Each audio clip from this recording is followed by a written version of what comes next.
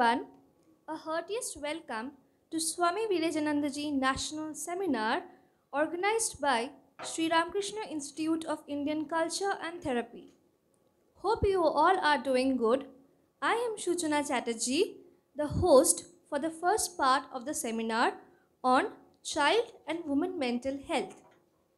Our institute, Sri Ramakrishna Institute of Indian Culture and Therapy, has been celebrating 150 years of birth anniversary of Swami Virajanandaji Maharaj by organizing various seminars, webinars and workshops throughout the year to pay a tribute to him.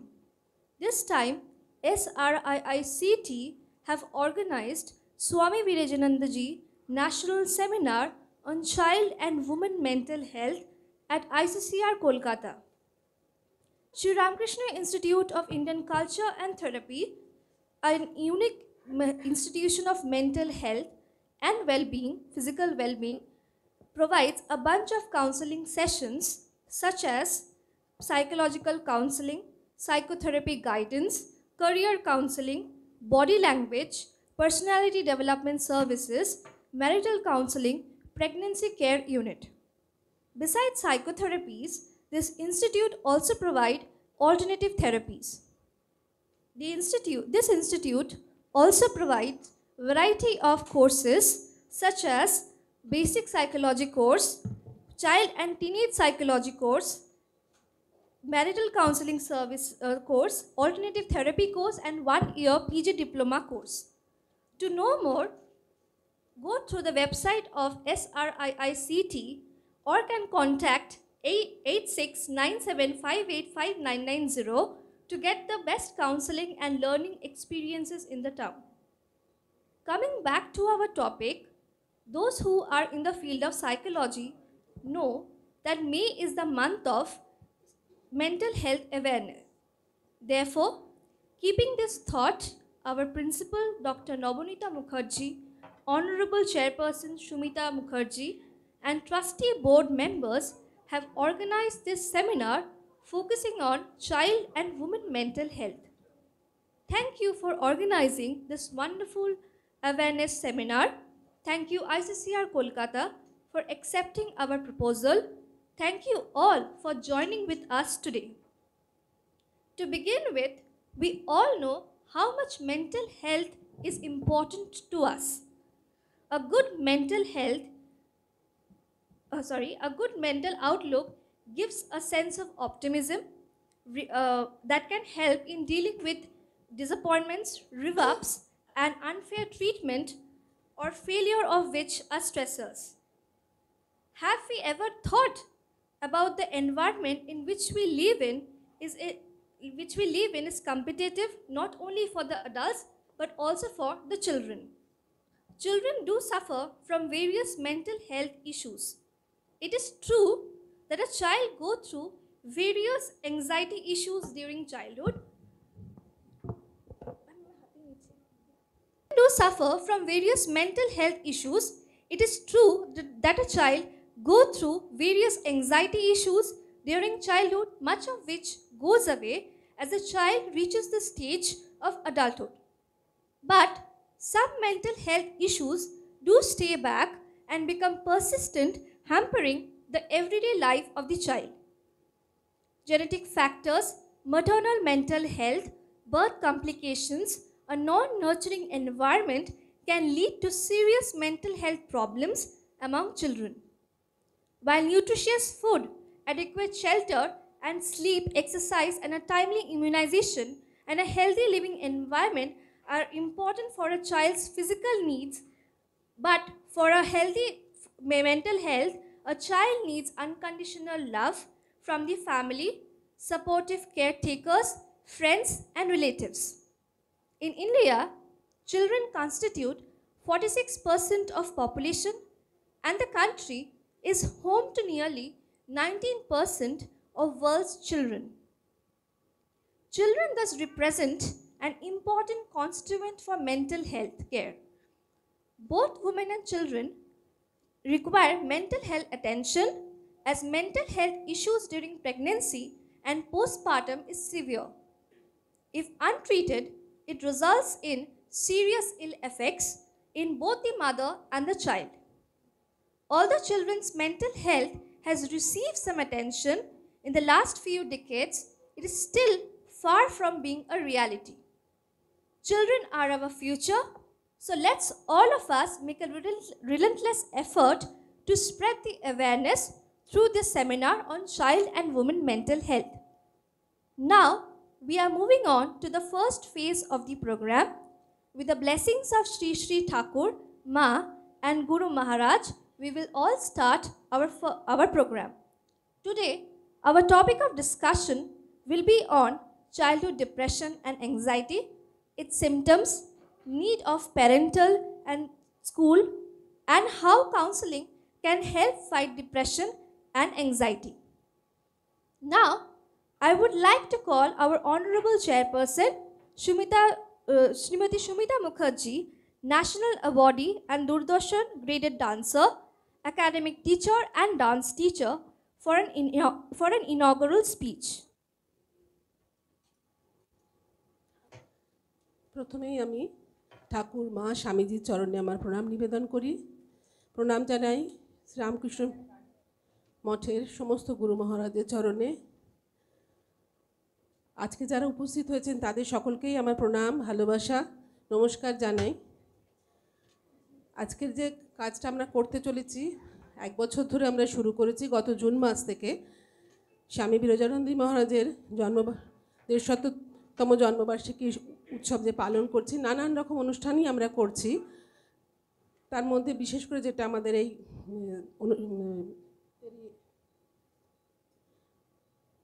যেটা আমাদের কাজ, মানসিক স্বাস্থ্য সেই সব নিয়ে যে এখানে পড়ানো হচ্ছে বা চিকিৎসা করা হচ্ছে, সেটার ওপরেও আমরা জোর দিচ্ছি। নানান রকমভাবে সেটার প্রকল্প করেছি, কিছু সেবামূলক কাজ করা হয়েছে, তার মাঝখানে একটা কালচারাল অনুষ্ঠান আমরা আয়োজন করেছিলাম। আমাদের এবং এখানে যারা এসছেন তারা প্রত্যেকেই এই সব বিষয় নিয়ে পড়ালেখা করছেন, কাজ করছেন। আমাদের ইচ্ছেই যে কিভাবে সমাজে শিশু, আজকে যেটা বিষয় চাইল্ড অ্যান্ড হিউম্যান সাইকোলজি, যে সমাজে শিশুদের, মায়েদের, মহিলাদের মানসিক স্বাস্থ্যর উন্নতি করা যায়, সেটাই লক্ষ্য। সেইভাবেই সারা বিশ্বেই নানান রকম সমস্যা, সবটা হয়তো সবাই সমাধান করতে পারবে না, কিন্তু ছড়িয়ে ছিটিয়ে যারা কাজ করবে, শিখবে এবং সেভাবেই হয়তো মানুষের উপকার করবে, মানুষের এদের থেকে উপকারিতা পাবে ছেলে মেয়েদের। আমি 30 বছর একটি স্কুলে পড়িয়েছি। তাছাড়াও আমি নাচ শেখানোর জন্যেও অনেক কাছ থেকে ছোট ছোট ছেলে মেয়ে, বড় ছেলে মেয়েদের সঙ্গে যুক্ত ছিলাম। স্কুলে যে পড়িয়েছি আমি প্রাইমারি সেকশনেই পড়াতাম, একদম নার্সারি থেকে ক্লাস 5, একদম মায়ের কোল থেকে নেওয়া বাচ্চা থেকে আরম্ভ করে আর একটু বড়ো হওয়া পর্যন্ত। আমার যখন চাকরি জীবন শুরু হয়েছিল তখনও কিন্তু এত কাউন্সেলিং, এখন যেটা স্কুলে বলা হয় ছেলেপুলে দুষ্টুমি করলে বা নানান রকম অসুবিধা হলে কাউন্সেলিং করান, দেখান, শুরুর দিকটা কিন্তু আমরা সময় ছিল না। হয় ভালোবেসে বকে, চোখ পাকিয়ে, প্রয়োজনে এক গা দুগা দিয়েই তাদের বশ করার চেষ্টা করেছি, পেরেওছি, পারিনি যে একদম হয়তো নয়।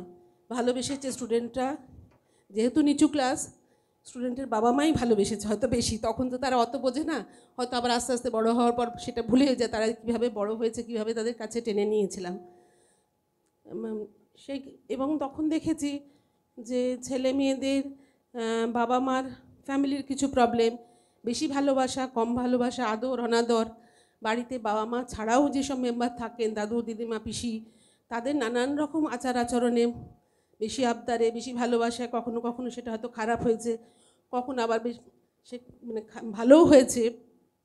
শুধু বাড়ির লোক বলবো না, পাশাপাশি আমরা যখন বড় হয়ে উঠি, পাশাপাশি কাকু কাকিমা দিদি যেরকম আমরা বলে থাকি, পাশাপাশি লোক, তাদের আচরণ আমার মনে হয় যেন ছেলে মেয়েদের চেয়ে ছোটো হোক বড় হোক এফেক্ট করে, তাদের আচার আচরণ বা কিছু মানুষ মনের দিক দিয়ে সেগুলো সাহায্য করে। অনেক ছেলে মেয়েকে দেখতাম হয়তো ছোটোবেলা খুব ভালো পড়াশোনা করছে, ও মা আপার ক্লাসে গিয়ে দেখলাম তেমন কিছু হলো না। এখন সেইগুলো কি মনের কিছু অসুবিধে, কিছু প্রবলেম হয়? সেটা তো ঠিক, আমরা দিদিমণি হলো ওই টিচার্স ট্রেনিং করার সময় কিছু পড়েছিলাম, কিন্তু প্র্যাকটিক্যাল গিয়ে যখন ছেলেপুলেকে হাতে পেলাম সেগুলো আর কিছু কাজে লাগাতে পারিনি, সেগুলোই মনে হয়। বা অনেক ছেলে মেয়ে দেখলাম যে হয়তো খুবই ভালো, সত্যি মানে উঁচু ক্লাস অবধি ভালো রেজাল্ট করলো, কিন্তু এক এক সময় মনে হচ্ছে তার আচার আচরণটা ঠিক নয়, হয়তো হাসছে। এত ভালো ছেলে, পড়াশোনায় ভালো হয়েছে, স্বভাব চরিত্র সব, 9, 10, 11, 12 যখন দেখছি সে এসে ঢক করে প্রণাম করছে, ভালোবাসে, সব করছে, কিন্তু তার হাবভাবটা আমাদেরই মনে হচ্ছে যেন একটু রকম আলাদা। তার কি তাহলে কোনো কিছু মানসিক প্রবলেম, তার কিছু চিকিৎসার দরকার? সেইগুলো আপনারা যারা এই নিয়ে আলোচনা করছেন, পড়াশোনা করছেন, তারা ভালো বুঝতে পারবেন। সেগুলোই আমাদের আপা মায়েদেরও নানান সমস্যা, এগুলো নিজেরা আপনারা আলোচনা করে বা কীভাবে সুস্থ করা যাবে ছেলে মেয়ে সবাইকে এবং সমাজেরও কল্যাণ হবে, সেটাই আপনারাও চেষ্টা করবেন। আমাদেরও ইনস্টিটিউটে সেটাই ইচ্ছে, সেজন্যই করা, সেজন্যই আমাদের গুরু মহারাজ আশীর্বাদ করেছেন যাতে আমরা এটাকে এগিয়ে নিয়ে যেতে পারি। আজ আমি এখানেই আমার বক্তব্য শেষ করলাম। সকলে ভালো থাকবেন।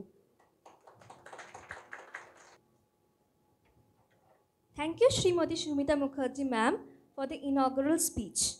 Now I would like to call Swati Biswas, ex-student of this institute, to present a Rabindra Songit. আমি স্বাতী বিশ্বাস, Shri Ramakrishna mission institute of Indian culture and থেরাপির প্রাক্তন ছাত্রী।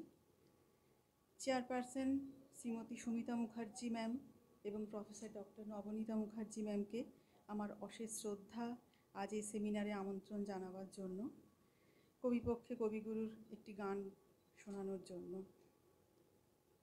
শ্রীমা ঠাকুর স্বামীজির চরণে আমার প্রণাম, বিরজানন্দজির চরণে আমার প্রণাম, উপস্থিত সকল দর্শক শ্রোতা এবং ছাত্রছাত্রীদের আমার শ্রদ্ধা ও ভালোবাসা।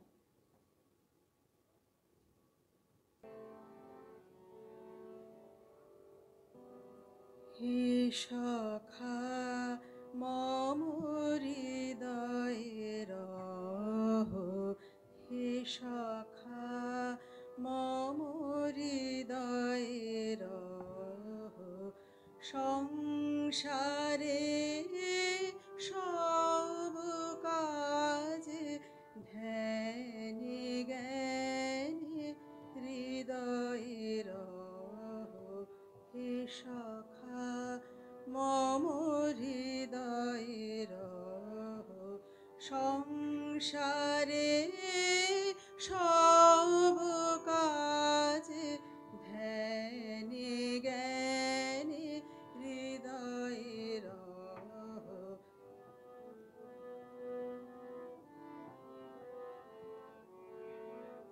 নাথ তুমি এসো ধীরে, সুখ দুঃখ হাসি নয়ন নীরে। নাথ তুমি এসো ধীরে, সুখ দুঃখ হাসি নয়ন নীরে। লহ আমার জীবন ঘিরে, লহ আমার জীবন ঘিরে, সংসারে সব কাজ ধ্যানে জ্ঞানে হৃদয়ে রহ, হে সখা মম হৃদয়ে রহ, সংসারে সব কাজ ধ্যানে জ্ঞানে হৃদয়ে রহ, হে সখা মম হৃদয়ে রহ, হে সখা মম হৃদয়ে রহ। Thank you, Swati Biswas. Now I would like to call our principal, Dr. Nobonita Mukherjee ma'am, psychologist, psychoanalyst and counselor, psycho and dance movement therapist, 13 years experience in the practical field, to convey some message on child and women mental awareness. শোনা। ওম গুরু ব্রহ্মা গুরু বিষ্ণু গুরুদেব মহেশ্বর গুরুরেব পরম ব্রহ্ম তস্मै শ্রী গুরুবে নমঃ। সর্বপ্রথমেই শ্রী শ্রী ঠাকুর, মা এবং স্বামীজি শ্রীচরণে আমার ভক্তিপূর্ণ প্রণাম নিবেদন করি। প্রণাম জানাই শ্রী রামকৃষ্ণ সংঘে সকল সংঘগুরু মহারাজের শ্রীচরণে। আজ আমরা পালন করছি স্বামী বিরজানন্দজি মহারাজের সার্ধশতবর্ষে যে 1 বছর ব্যাপী আমাদের প্রকল্পগুলো চলছে, যে শ্রদ্ধাঞ্জলি চলছে, তারই একটি অংশই আজকের সেমিনার। আজকের সেমিনার স্বামী Virajanandaji national seminar on child and women mental health. এই সেমিনারে যারা উপস্থিত হয়েছেন সকলকে জানাই আমার আন্তরিক শুভেচ্ছা, ভালোবাসা এবং শ্রদ্ধা, এবং শ্রীরামকৃষ্ণ সংঘের সকল মহারাজদের চরণে আমাদের আন্তরিক শ্রদ্ধার্ঘ নিবেদন করি। আমাদের organisation Sri Ramakrishna institute of Indian culture and therapy একটি সবাই মিলে একটি সংঘ বলতে পারি আমরা, এবং এই অর্গানাইজেশন এগিয়ে চলেছে শ্রী শ্রী ঠাকুর, মা, স্বামীজি এবং গুরুদেব মহারাজদের কৃপায়। আমাদের এটি একটি টিম ওয়ার্ক। আমার সাথে আজকে রয়েছেন আমাদের ট্রাস্টি মেম্বার শ্রী দেবরাজ মিত্র এবং শ্রীমতী সুমিতা মুখার্জি। এছাড়াও আমাদের অনেকেই রয়েছেন ইনস্টিটিউশনের অংশ, তারা সকলে হয়তো আজকে উপস্থিত হতে পারেননি। সকলকে জানাই আমাদের আন্তরিক শ্রদ্ধা। আজকে যে অংশ সেমিনারটি আমাদের শুরু হয়েছে, সেমিনারের মূল বিষয় হচ্ছে শিশু এবং স্বাস্থ্য, মানসিক স্বাস্থ্য, সেই নিয়ে একটি অ্যাওয়ারনেস অনুষ্ঠান। একেবারে সাইকোলজি তাত্ত্বিক বিষয় না, থিওরিটিক্যাল বিষয়। আজকে যে বিষয়টি মূলত বলবো শিশুদের মানসিক অসুবিধা এবং তারপরে নারীদের মানসিক অসুবিধা নিয়ে কিছু কথা আপনাদের সামনে তুলে ধরব। প্রথম কথা, শিশুদের মানসিক স্বাস্থ্য ঠিক আছে কি না আছে সেটা আমরা বুঝবো কিভাবে? তার নির্দিষ্ট কিছু কিন্তু পদ্ধতি রয়েছে। যেমন ধরুন, প্রত্যেকে যখন শিশু জন্মগ্রহণ করছে তার আগে বা পরে বিভিন্ন স্টেজ থেকেই তৈরি হয়ে যায় একটি শিশুর মানসিক স্বাস্থ্য ঠিক থাকছে কি থাকছে না। সবার আগে বলবো mental health is a first priority. তার একটি কারণ, আমাদের শরীরের কোনো একটি অঙ্গ প্রত্যঙ্গ বিকল হলেও মানসিক জোরে আমরা অনেক দূর এগিয়ে যেতে পারি। আপনারা দেখবেন হয়তো শারীরিক প্রতিবন্ধকতা সত্ত্বেও ইংলিশ চ্যানেল পার হওয়া যাচ্ছে শুধুমাত্র মনের জোরে। কিন্তু যদি আপনার মানসিকভাবে সম্পূর্ণ ভেঙে পড়েন, শরীরের প্রত্যেকটি অঙ্গ প্রত্যঙ্গ ঠিকভাবে কাজ করলেও আমরা কোনো কিছুই বেরোতে পারবো না।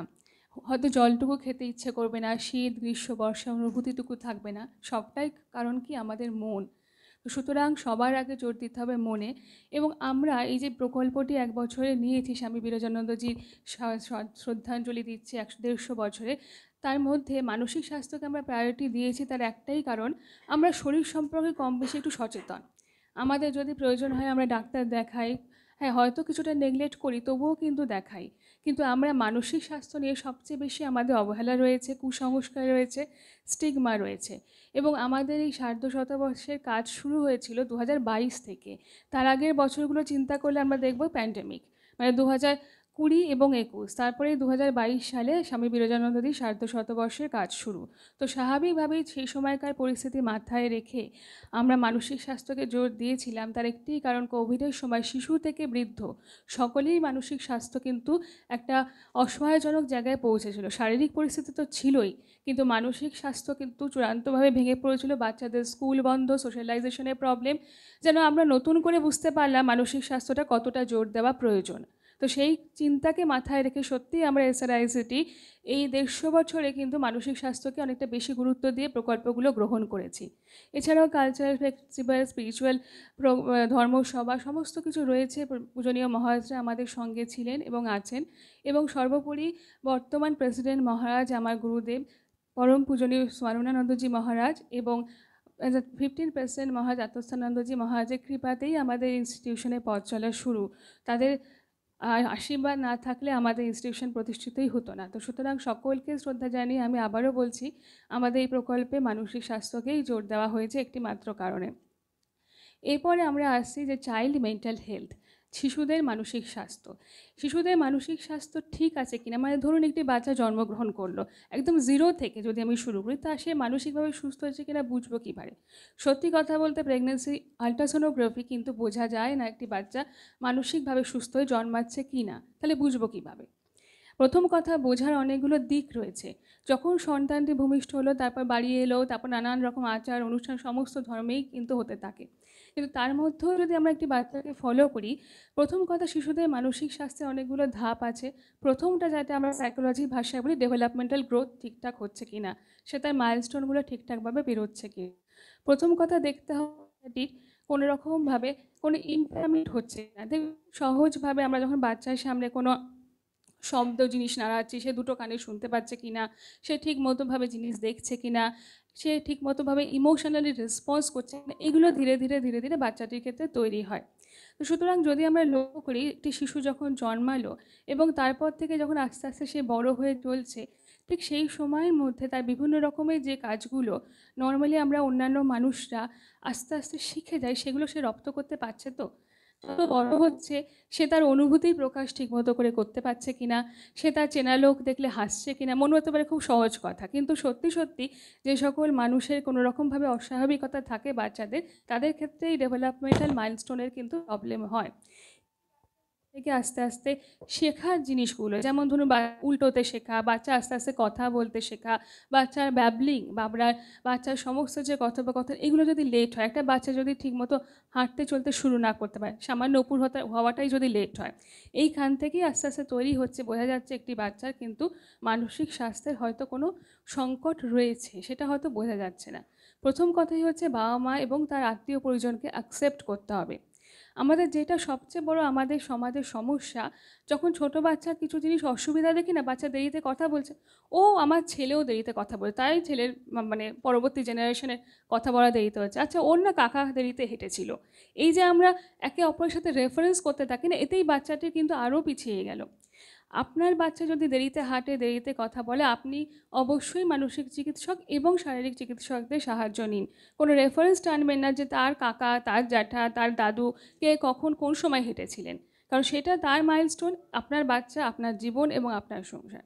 তো সুতরাং সবচেয়ে বড় কথা, একটি বাচ্চা ঠিক ঠিক সময় হাঁটছে কিনা, ঠিক ঠিক সময় তার স্পিচ এলো কিনা, এইগুলো হচ্ছে প্রথম দিককার দেখার। এবার তারপর যদি আমরা আস্তে আস্তে আসি একটি শিশুর ক্ষেত্রে, বাচ্চাটি যা যা জিনিস শেখার, মানে খুব সামান্যভাবে দেখুন, দাঁত মাজা, চুল আঁচড়ানো, এগুলো কিন্তু আমাদের হাতে ধরে কেউ শিখিয়ে দেয়নি। আমরা কিভাবে শিখেছি, নিজে নিজে শিখেছি। এগুলোও কিন্তু আস্তে আস্তে বোঝা যায় বাচ্চাটি কতটাভাবে মানসিকভাবে সুস্থ। যদি দেখি বাচ্চাটি নর্মাল জিনিস, যে জিনিসগুলো আমরা শিখে যাই খুব তাড়াতাড়ি, কিংবা কেউ বাবা মা যত্ন নিলেও আমাদের একটু শিখতে দেরি হয় না, আমরা নিজে থেকে শিখে যাই। হাতে ধরে কেউ আমাদের চুল আঁচড়াতে শেখায়নি, চুল বাঁধতে শেখায়নি, দাঁত মাজতে শেখায়নি, দাড়ি কামাতে শেখায়নি। এই জিনিসগুলো কিভাবে যে আমরা শিখে গেলাম, তার মানেই আমাদের স্বাভাবিক বুদ্ধিমত্তা। যদি দেখা যায় যে আমাদের ইন্টেলিজেন্সি লেভেল কোথাও গিয়ে একটু কম, একটু ডিসেবিলিটি রয়েছে, তাহলে দেখবেন এই নর্মাল মাইলস্টোনগুলোই কিন্তু অনেক দেরি হচ্ছে, এবং সেটাই কিন্তু অনেকটা অ্যালার্মিং, এবং সেখানেই হচ্ছে কাউন্সিলিং এবং তার সাথে সাথে অন্যান্য থেরাপি এবং সাইকিয়াট্রিস্টদের গুরুত্ব। এর পরবর্তীকালে আসছে আরও কিছু জায়গা, যেখানে হচ্ছে পড়াশোনা। প্রথম তো হচ্ছে তার ডেভেলপমেন্টাল মাইলস্টোন, তারপরেই আসছে পড়াশোনা, এবং স্কুলে তার বিহেভিয়ার, বিভিন্ন জায়গায়, ফ্যামিলি, সমস্ত জায়গায় একটি শিশু কেমন বিহেভ করছে। যদি দেখা গেল যে না, বাচ্চাটির ব্যবহার আস্তে আস্তে অন্য রকম হচ্ছে, কোথাও গিয়ে সে অ্যাটেনশন দিতে পারছে না, মনোযোগ দিতে পারছে না, স্থির হয়ে বসতে পারছে না, তার বিহেভিয়ারিস্টিক কিছু প্রবলেম শুরু হচ্ছে, এবং স্কুলে গিয়েও সে নানান রকমভাবে অসুবিধার জায়গা তৈরি করছে, তাহলে সেটাও একটা অ্যালার্মিং বিষয়। আমরা যদি জানি, সারা ভারতবর্ষের কোভিডের আগের ডেটা অনুযায়ী 50 million children is affected in mental health disorder. সেই সংখ্যাটা ভারতবর্ষের পরিসংখ্যান অনুযায়ী কিন্তু একেবারে কম নয়। এবং শিশুর মানসিক স্বাস্থ্যের বিভিন্ন দিক রয়েছে, যেমন আমরা জানি autism, ADSD, conduct disorder, IQ disability, প্রচুর স্পেসিফিক লার্নিং ডিসঅর্ডার, এগুলো যদি আমরা দেখি, বিভিন্ন রকমের সাইকোলজিক্যাল অসুস্থতায় শিশুরা ভুগছে, এবং তার জন্য সঠিক সময়ে চিকিৎসা এবং সঠিক সময়ে থেরাপিস্টের কাছে যাওয়া, এগুলোই একমাত্র দরকার। যদি কোনো বাচ্চার খুব হাইপার কোনো প্রবলেম হয়, সিভিয়ার প্রবলেম হয়, সেখানে হয়তো সাইকিয়াট্রিক মেডিসিনের প্রয়োজন আছে, কিন্তু অধিকাংশ শিশু রোগী কিন্তু কাউন্সিলিং এবং থেরাপি এবং প্রয়োজন হলে স্পেশাল এডুকেশনের মাধ্যমেই ঠিক করিয়ে আনা সম্ভব। কিছু কিছু সাইকিয়াট্রিক প্রবলেম, যেমন অটিজম, এডিএসডি, এই সমস্ত বিষয় সবটাই হয়তো ঠিক করে দেওয়া যায় না, কিন্তু ম্যানেজেবল, এবং এখানেই থেরাপির গুরুত্ব, এখানেই কাউন্সিলিংয়ের গুরুত্ব। যদি কোনো রোগ কোনো জেনেটিক্যাল কারণে হেরিডিটির কারণে আসে কোনো মানুষের মধ্যে, সেই রোগ থেকে সম্পূর্ণ 100% রিকভারি সম্ভব নয়। যেমন autism 100% recovery is not possible, but it is manageable. ঠিক তেমনভাবেই কিন্তু অন্য অনেক কিছু, যেমন আইকিউ ডিসেবিলিটি, যদি জানা যায় আপনার বাচ্চাটির হয়তো আইকিউ অন্যান্য মানুষের তুলনায় একটু কম, তার মানেই যে সে কিছু করতে পারবে না তা না। তখনই তার গুরুত্ব সেখানে থেরাপি, সেখানে কাউন্সিলিংয়ের মাধ্যমে, স্পেশাল এডুকেশনের মাধ্যমে তার ক্যাপাসিটি যতটা সেই অনুযায়ী যদি তাকে আমরা এগিয়ে দিই, মানুষটা অনেক দূর যেতে পারবে। কিন্তু যখনই রেজাল্টটা 5-6 থেকে খারাপ হতে শুরু করলো, হ্যান্ডরাইটিং খারাপ হলো, তখন সমস্যা হচ্ছে কি এত বেশি বকাবকি শুরু হয়ে যায়, সেখান থেকেই সে তার আরও উৎসাহ কমে ফেলে, আরও মনে হয় যে না আরও পড়াশোনা থেকে বীতশ্রদ্ধ হচ্ছে, ফ্যামিলি থেকে বীতশ্রদ্ধ হয়ে যাচ্ছে, সব মিলিয়ে সে তার প্রবলেমগুলো নিয়ে এত জড়িয়ে পড়ছে, যেটুকু সে এগোতে পারত সেটুকুই তার পিছিয়ে পড়া। তো সুতরাং শিশুদের মানসিক স্বাস্থ্য বুঝতে হলে সবার আগে যেটা প্রয়োজন, বাবা মাকে অ্যাকসেপ্ট করতে হবে আমার শিশুর প্রবলেমগুলো কোথায়। যদি দেখা যায় যে হ্যাঁ শিশুর কিছু কিছু জায়গায় অসুবিধা হচ্ছে, বাবা মা ফিল করছে, যত আর্লি ডায়াগনোসিস হবে তত তাড়াতাড়ি সেটা নিরাময় সম্ভব, কিংবা সেটা থেকে বেরিয়ে আসার একটা চেষ্টা করা যাবে। কিন্তু যেটা আপনি বুঝতে পারলেন 3 বছর বয়সে একটা সমস্যা, এবার সেটাকেই আপনি ইগনোর করতে করতে আজকে 5-6 পেরিয়ে গেল, তারপর 2-3 বছর বাদে ট্রিটমেন্টে আপনারা আসলেন, তখন গিয়ে সত্যি অনেকটা লেট হয়ে যায়। তো সুতরাং প্রথম থেকেই যদি মনে হয় কোনো অসুবিধা, মনে হয় যে হ্যাঁ বাচ্চাটির কিছু একটা সমস্যা রয়েছে, সেটা সে রেসপন্স করে না, চোখের দিকে তাকায় না, ব্যাবলিং ঠিক মতো নয়, স্পিচ ঠিক মতো নয়, কিংবা ধরুন সে অদ্ভুতভাবে কিছু আচরণ বাড়িতে এবং স্কুলে করছে, তার দুষ্টুমি হয়তো অত্যাধিক বেশি, কিংবা হয়তো সেখানে সেই সব কিছুর সাথেই তার পড়াশোনাটাও গণ্ডগোল হচ্ছে, অনেক কিছু মিলিয়ে যদি কোনো অসুবিধার জায়গা মনে হয়, বিহেভিয়ারিস্টিক কোনো ইস্যুস মনে হয়, তাহলে সেখান থেকে যদি আমরা কাউন্সিলিং এবং থেরাপির সাহায্য নিই, এবং যাদের ক্ষেত্রে স্পেশাল চিলড্রেন রয়েছেন তাদের ক্ষেত্রে যদি আমরা স্পেশাল এডুকেশন, স্পিচ থেরাপির এগুলো সাহায্য নিই, তাহলে কিন্তু সত্যিই একটা ভালো ফলাফল আমরা পেতে পারি, কারণ এই থেরাপিগুলোর মাধ্যমে অনেকাংশে আমরা উপকার পাবো। আর একটা বিষয় হচ্ছে কি, যে কাউন্সিলিং এবং থেরাপি এমন একটা বিষয়, এটা ম্যাজিক নয়, মানে একদিন একটা সেশন নিলেন, পরের দিনে একটা বাচ্চা সম্পূর্ণ সুস্থ হয়ে যাবে, কিংবা একটা মানুষ সুস্থ হয়ে যাবে, তা না, মানে এটা কোনো একটা মেডিসিন নয় যে একটু খেলে জ্বরটা কমে গেল, বা একটা মেডিসিন নিলেন হয়তো আপনি চট করে ব্যথাটা পেন কিলারের মতো কিছু একটা হয়ে যাবে। পেন কিলার সাইকোলজিতে অ্যাকচুয়ালি কিছু হয় না। কিছু মেডিসিন, সাইকিয়াট্রিক মেডিসিনও সাময়িক আমাদের একটা আরাম দিতে পারে, আলটিমেটলি থটসটা আমাদের থেকে যায় যেখান থেকে কষ্ট, এবং সেটার জন্যই কাউন্সিলিংয়ের গুরুত্ব, এবং সেটার জন্যই সাইকোথেরাপি, থেরাপি, সিবিটি, এগুলো সেই কারণেই দরকার যাতে একটি মানুষ সুন্দরভাবে তার জীবনটাকে গড়ে তুলতে পারে। এবং আরেকটা ইম্পর্টেন্ট ফ্যাক্টর, একজন সাইকোলজিস্ট হিসেবে মনে করি যে শিশুদের ক্ষেত্রে যেমন পরিবার, বাবা মা, আত্মীয় পরিজনের একটা গুরুত্ব আছে, তার সাথে স্কুল এবং পরবর্তী প্রতিষ্ঠানের একটা ভীষণ ভালো গুরুত্ব রয়েছে। তার একটাই কারণ, একটি শিশু অনেকটা সময় তার স্কুলে থাকে। সুতরাং যদি মনে হয় কোনো শিশুর কোনো রকম অসুবিধা রয়েছে, সেখানে একজন টিচারের উচিত তাকে সাহায্য করা, তার থেরাপির কথা বলা এবং তাকে কাউন্সিলিংয়ে সাহায্য করা। আর অনেক সময় হয় কি যে আমার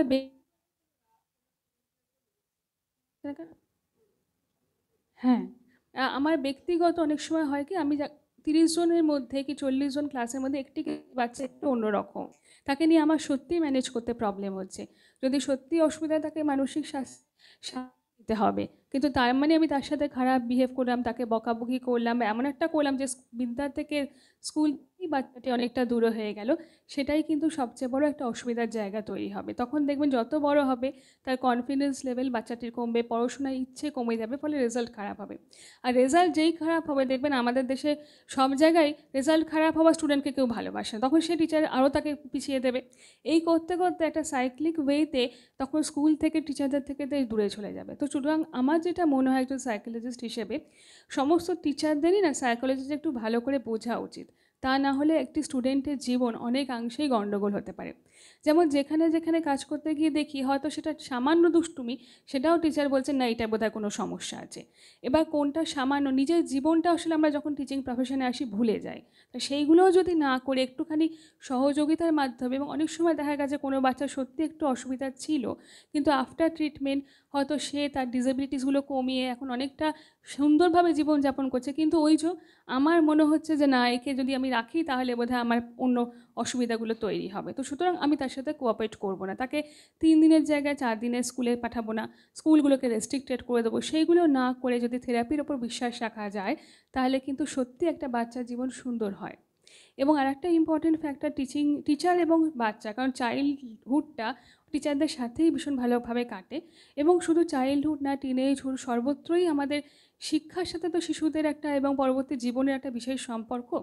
তো সেখানে একটা জিনিস মনে হয় যে যখন যে সাবজেক্টেরই টিচাররা যখন স্টুডেন্টদের সাথে ক্লাস নেন, আমি একজন সাইকোলজিস্ট হিসেবে এটা ভীষণ বিশ্বাস করি, যদি বুঝতে পারি, দেখুন 30 জন 40 জনের ক্লাসে সব বাচ্চা সমান হবে না একটা সাবজেক্টে। যদি আমরা বুঝতে পারি যে হ্যাঁ আমার সাবজেক্টের এই বাচ্চাটা একটু পিছিয়ে আছে, তাহলে তাকেই সবচেয়ে কঠিন প্রশ্নটা ধরবেন না। কারণ আপনি হয়তো অনেক কিছু জানেন, কারণ আপনি একটি সাবজেক্ট নিয়ে যখন সেই কোনো স্কুলে পড়াচ্ছেন, কোনো কলেজে পড়াচ্ছেন, আপনি একটা ডিগ্রি হোল্ড করেছেন, তারপর পড়াচ্ছেন। কিন্তু হতেই পারেন 7, 8, 9, 10-এর ছেলেমেয়েটি তো আপনার মতো জ্ঞানী নয় বলেই আপনার কাছে পড়ছে। তো যখন বুঝতে পারছেন যে এই বাচ্চাটি পড়াশোনা অতটা ভালো নয়, তাকে একটু সহজ প্রশ্ন ধরুন যেটা সে পারবে, অ্যাজ এ টিচার আপনি বুঝতে পারছেন।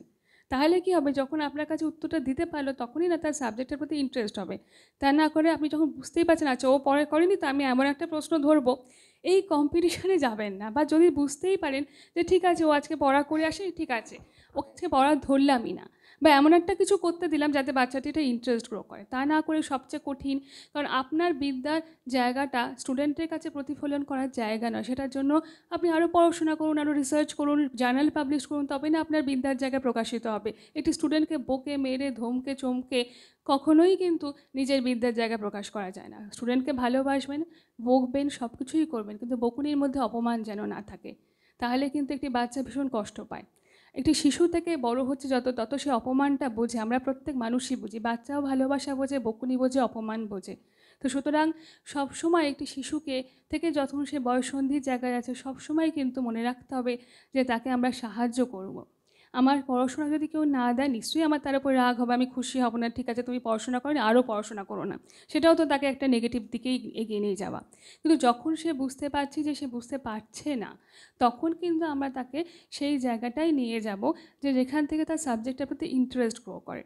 আরেকটা ইম্পর্টেন্ট বিষয়, একই মানুষের সব সাবজেক্টে সমান ইন্টারেস্ট বা সমান রেজাল্ট হওয়া সম্ভব নয়।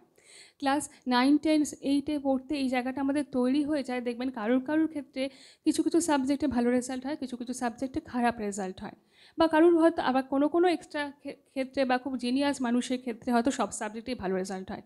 কিন্তু কোনো একজনকে দিয়ে তুলনা না করে এটা ধরেই নিতে হবে যে কোনো মানুষের এই যে যখন স্ট্রিমটা ভাগ হওয়ার আগে 9, 10 এই সময়টায় কিন্তু সত্যি কথা বলতে গেলে সব মানুষের সমান রেজাল্ট হবে না কিছু কিছু সাবজেক্টে। সেটাকে মেনে নিয়েই এগোনো, এবং সেই জায়গাটা থেকে যে সাবজেক্টটাতে তার নম্বর কম আসে, সেই টিচারদের সেই সাবজেক্টের স্টুডেন্টদের সাথে যদি ইন্টারাকশান, ভালোবাসা এবং সৌহার্দ্য যদি একটু বাড়ানো যায়, তাহলে মনে হয় সেই সাবজেক্টগুলো সে 100-100 কোনো দিনই পাবে না, কারণ 100-100 পাওয়ার ছেলেমেয়ে তারা হয়তো নয়, কিন্তু 100-এ 60 পেলেও 60টা হয়তো 65-70 হতে পারে শুধুমাত্র ভালোবাসা এবং মানসিকভাবে সাপোর্টে। 60টা 30ও হয়ে যেতে পারে একজন টিচার যদি নেগেটিভ কমেন্টস করে। তো সুতরাং টিচিংটা সবচেয়ে বেশি ইম্পর্টেন্ট ফ্যাক্টর, স্কুলিং, টিচিং, সেটা কারণ একটি শিশু যখন বড় হচ্ছে সবসময় কিন্তু বাড়ির লোকের সাথে টিচারদের একটা ভীষণ গুরুত্বপূর্ণ ভূমিকা রয়েছে। তো সুতরাং চাইল্ড মেন্টাল হেলথ বুঝতে গেলে সবার আগে যেমন বাবা মা সবাইকে সুস্থ থাকতে হবে, বাবা মার ম্যারিটাল লাইফ যেমন ভালো রাখতে হবে, বাবা মার একে অপরের প্রতি রেসপেক্ট থাকতে হবে, সেটা যেমন দরকার শিশুদের মানসিক স্বাস্থ্য ভালো রাখতে গেলে, ঠিক তেমনভাবে সুষ্ঠু স্কুল জীবন বা প্রাইভেট টিউটারের ক্ষেত্রে অনেক সময় দেখি যখন ক্লিনিক্যালি কাজ করছি কেউ এসে বলেন জানো তো আমাকে আমার প্রাইভেট টিউটার ভীষণ মারে, মানে ধরুন ক্লাস 5-6-এর বাচ্চা, বাড়ির লোককে বলে সে বলছে পড়া করার তো 2-4 ঘা দেবে না তো কী করবে, বেশ করে বেশি করে মারতে বলে দিচ্ছে। আর বেশি করে মারলেই যে বেশি বেশি করে পড়বে সেইটার তো কোনো গ্যারান্টি থাকে না। হ্যাঁ, মারের বিকল্প আছে কি নেই, পড়াশোনা ভালো হয় মার খেলে, এগুলোর খুব কোনো মানে ব্যাপার হয় না আসলে। যে পড়াশোনা ভালো করে করবে না তাকে ভালো করে বললেও করবে, মানে মারের কোনো পজিটিভ এফেক্ট আছে কিনা সেটা কোনো রিসার্চে প্রমাণিত হয়নি। তো সুতরাং মানুষকে না মেরে না বেশি করে বকে আমার মনে হয় যদি মাত্র ভালোবাসা যায় এবং যদি তাকে ঠিক করে বোঝানো যায়, মারের থেকেও আমি যে অপছন্দ করছি সেটারও যদি তাকে বোঝানো যায়, তাহলেও মনে হয় তার সিরিয়াসনেস গ্রো করবে। আর যদি মনে হয় যে না কিছুতেই হচ্ছে না, আমি চেষ্টা করছি, টিচাররা চেষ্টা করছেন কিন্তু পারছি না, এরকম তো হয়, তার দুষ্টুমিটা এতটাই বাড়াবাড়ি সত্যিই ক্লাসে ট্যাকেল করা যাচ্ছে না, বা ছেলে এমন একটা কাজ করছে, মেয়ে এমন একটা কাজ করছে, সেখানে সত্যিই মনে হচ্ছে যে না পেরে উঠছে না, সব কিছু ঠিক থাকা সত্ত্বেও কিছু অসুবিধা, তখন তাহলে সেখানে সত্যি কাউন্সিলিং, সাইকোথেরাপি এগুলো দরকার। এবং এইগুলো যখন নিতে হবে আস্তে আস্তে সময় অনুযায়ী, ধরুন 5-6 মাসের একটা প্রসেস থাকে, এটা কখনোই না, অনেকেই বলেন কি যে কদিনে ঠিক হয়ে যাবে, 2টো সেশনে ঠিক হয়ে যাবে, এটা 2-3টে সেশনের বিষয় না, এটা একটা process. Counselling is a process, therapy is a process. কিছু কিছু ক্ষেত্রে যদি বাচ্চার সামান্য অসুবিধার জায়গা থাকে তাহলে মোটামুটি 3 থেকে 6 মাসের সেশনে কিন্তু মানুষ ভালো হয়ে যায়। আর যদি সেটা ক্রনিক হয়, জেনেটিক্যাল প্রবলেম হয়, তাহলে সেটা হয়তো সারা জীবনের একটা ইস্যু, যেমন অটিজম, যেমন ইন্টেলেকচুয়াল ডিসেবিলিটি। কিন্তু সেখানেও counselling, psychotherapy, special education, speech therapy এগুলোর সাথে থাকলে একটা বাচ্চা কিন্তু অনেকটা ভালো থাকে। এবং সত্যি কথা বলতে গেলে বাবা মা যদি উৎসাহ করে সেই থেরাপিগুলোকে লাগাতার করিয়ে যান, তাহলে না বাচ্চাটি অনেক কিছু করতে পারে, তার এই যে ডিসেবিলিটিগুলো থেকে ছাপিয়েও সে প্রতিষ্ঠিত হতে পারে। কিন্তু যেটা হয় কি, বাবা মা অনেক সময় ধৈর্য হারিয়ে ফেলেন, সারাটা জীবন থেরাপি, ও বাবা তাহলে তো আমার কোনো লাভই নেই, তাহলে বোধহয় ঠিকই হবে না। আর ঠিক হবে না তা নয়, ঠিক হবে, হয়তো আপনি যার মতো ঠিক চাইছেন তার মতো হবে না, কিন্তু ওর মতো করে ঠিক হলেই ও অনেকটা কাজ করতে পারবে। সুতরাং এই জায়গাগুলোকে ভাবতে হবে, আমাদের প্যারামিটার্সগুলোকে ঠিক করতে হবে, তবেই শিশু মন ভালো থাকবে। এবং প্যারেন্টিং, বাবা মার সাথে শিশুর সম্পর্ক, বাবা মার নিজেদের মধ্যে ভালো সম্পর্ক, একে অপরের প্রতি রেসপেক্ট, সমস্ত কিছুতে দরকার। এবং বাবা মাও যেন সন্তানকে রেসপেক্ট করে সেই জায়গাটাও তৈরি করতে হবে। সেটা বাবা মাকে দেখেই সন্তান শিখবে, সন্তানকে দেখেও বাবা মা কিছুটা শিখবে। তবে সেই শেখাটাও আগে বাবা মাকে দেখেই সন্তান শিখবে, কারণ সন্তান তো ছোটো, আস্তে আস্তে সে যখন বড় হবে তার কাছ থেকেও হয়তো শেখার কিছু তৈরি হবে। তার আগে সবটাই সে বাবা মাকে দেখে শিখবে, কারণ বাবা মাকে দেখেই সে আস্তে আস্তে বড় হচ্ছে। সুতরাং বাবা মার চরিত্র, বাবা মার একে অপরের প্রতি সম্পর্ক, সমস্ত কিছুই শিশুর মানসিক স্বাস্থ্যের জন্য ভীষণভাবে গুরুত্বপূর্ণ। এরপরে আসছি উইমেন মেন্টাল হেলথের ওপরে। উইমেন মেন্টাল হেলথ নিয়ে বলতে গেলে অনেক কিছু বলা যায়, এবং চাইল্ড মেন্টাল হেলথ তো খুব সামান্যভাবেই বললাম। তো সেখানে উইমেন মেন্টাল হেলথে প্রথম কথাই আমি যদি বলি যে কেন আমরা উইমেন মেন্টাল হেলথ এবং চাইল্ড মেন্টাল হেলথকে একসাথে আনলাম, তার একটা কারণ হচ্ছে যে দেখুন, একটি শিশু যখন থাকছে, সেটা মেয়ে বা ছেলে, দুজনের ক্ষেত্রেই সিমটমসগুলো এক, মানে অটিজম, এডিএসডি, কন্ডাক্ট ডিসঅর্ডার, এই যে ডিসঅর্ডারগুলো আমরা সাইকোলজিতে পড়ি বা জানি, সেগুলো সিমটমস কিছু আলাদা হয় না, সেটা নারী পুরুষ ব্যতিরেকেই এক। কিন্তু তাহলে আমরা নারীদের সাইকোলজি নিয়ে এত লাফালাফি করি কেন? মানে আমি বলি না, দেখবেন উইমেন মেন্টাল হেলথ নিয়ে অনেক বেশি কাজ হয়, মেল মেন্টাল হেলথ নিয়ে অতটা হয় না বলে এখন অনেক সময় অনেক কিছুতে শোনা যায়। তার একটাই কারণ, আমরা যদি ডেটা দেখি তাহলে কিন্তু সত্যি কথা বলতে গেলে কমন মেন্টাল হেলথ ডিসঅর্ডার যেমন ডিপ্রেশন, অ্যাংজাইটি, এগুলো মহিলাদের বেশি। এবং আমাদের মতো দেশে এবং সমগ্র পৃথিবীতেই মহিলাদের মানসিক স্বাস্থ্য অনেক বেশি বিপন্ন পুরুষদের থেকে। তার একটাই কারণ, কিছুটা সামাজিক কারণ, কিছুটা রাজনৈতিক কারণ, কিছুটা পরিবারগত কারণ। সেই জন্যই হয়তো আমাদেরও আজকের সেমিনারে মানে মহিলা এবং নারী এবং শিশুদের নিয়ে আমরা আলোচনা করছি। তার একটা কারণ যদি দেখি, আমি যেটা বললাম যে ক্রনিক মেন্টাল হেলথ ডিসঅর্ডার্সের ক্ষেত্রে দুপক্ষেরই সিমটমস সমান, কিন্তু যেটা হয় ডিফারেন্সিয়েশন, সেটা হচ্ছে একটি শিশু থেকেই যখন একটি মেয়ে হয়ে সে জন্মাচ্ছে, হয়তো এখন কিছুটা হলেও প্রভাব কমেছে, সত্যি কমেছে কিনা জানি না, কারণ আমরা আধুনিকীকরণটা খুব ওপরই দেখি, কারণ সাইকোলজির ক্ষেত্রে, ক্লিনিক্যালি কাজ করার ক্ষেত্রে, কাউন্সিলিংয়ের ক্ষেত্রে খুব একটা আধুনিক মানুষ আমরা দেখি না মানুষের মধ্যে। তো সেখানে যখন একজন মেয়ে কন্যা সন্তান জন্মাচ্ছে, তো সেখান থেকে একটা ডিসক্রিমিনেশন তৈরি হয়ে যায়।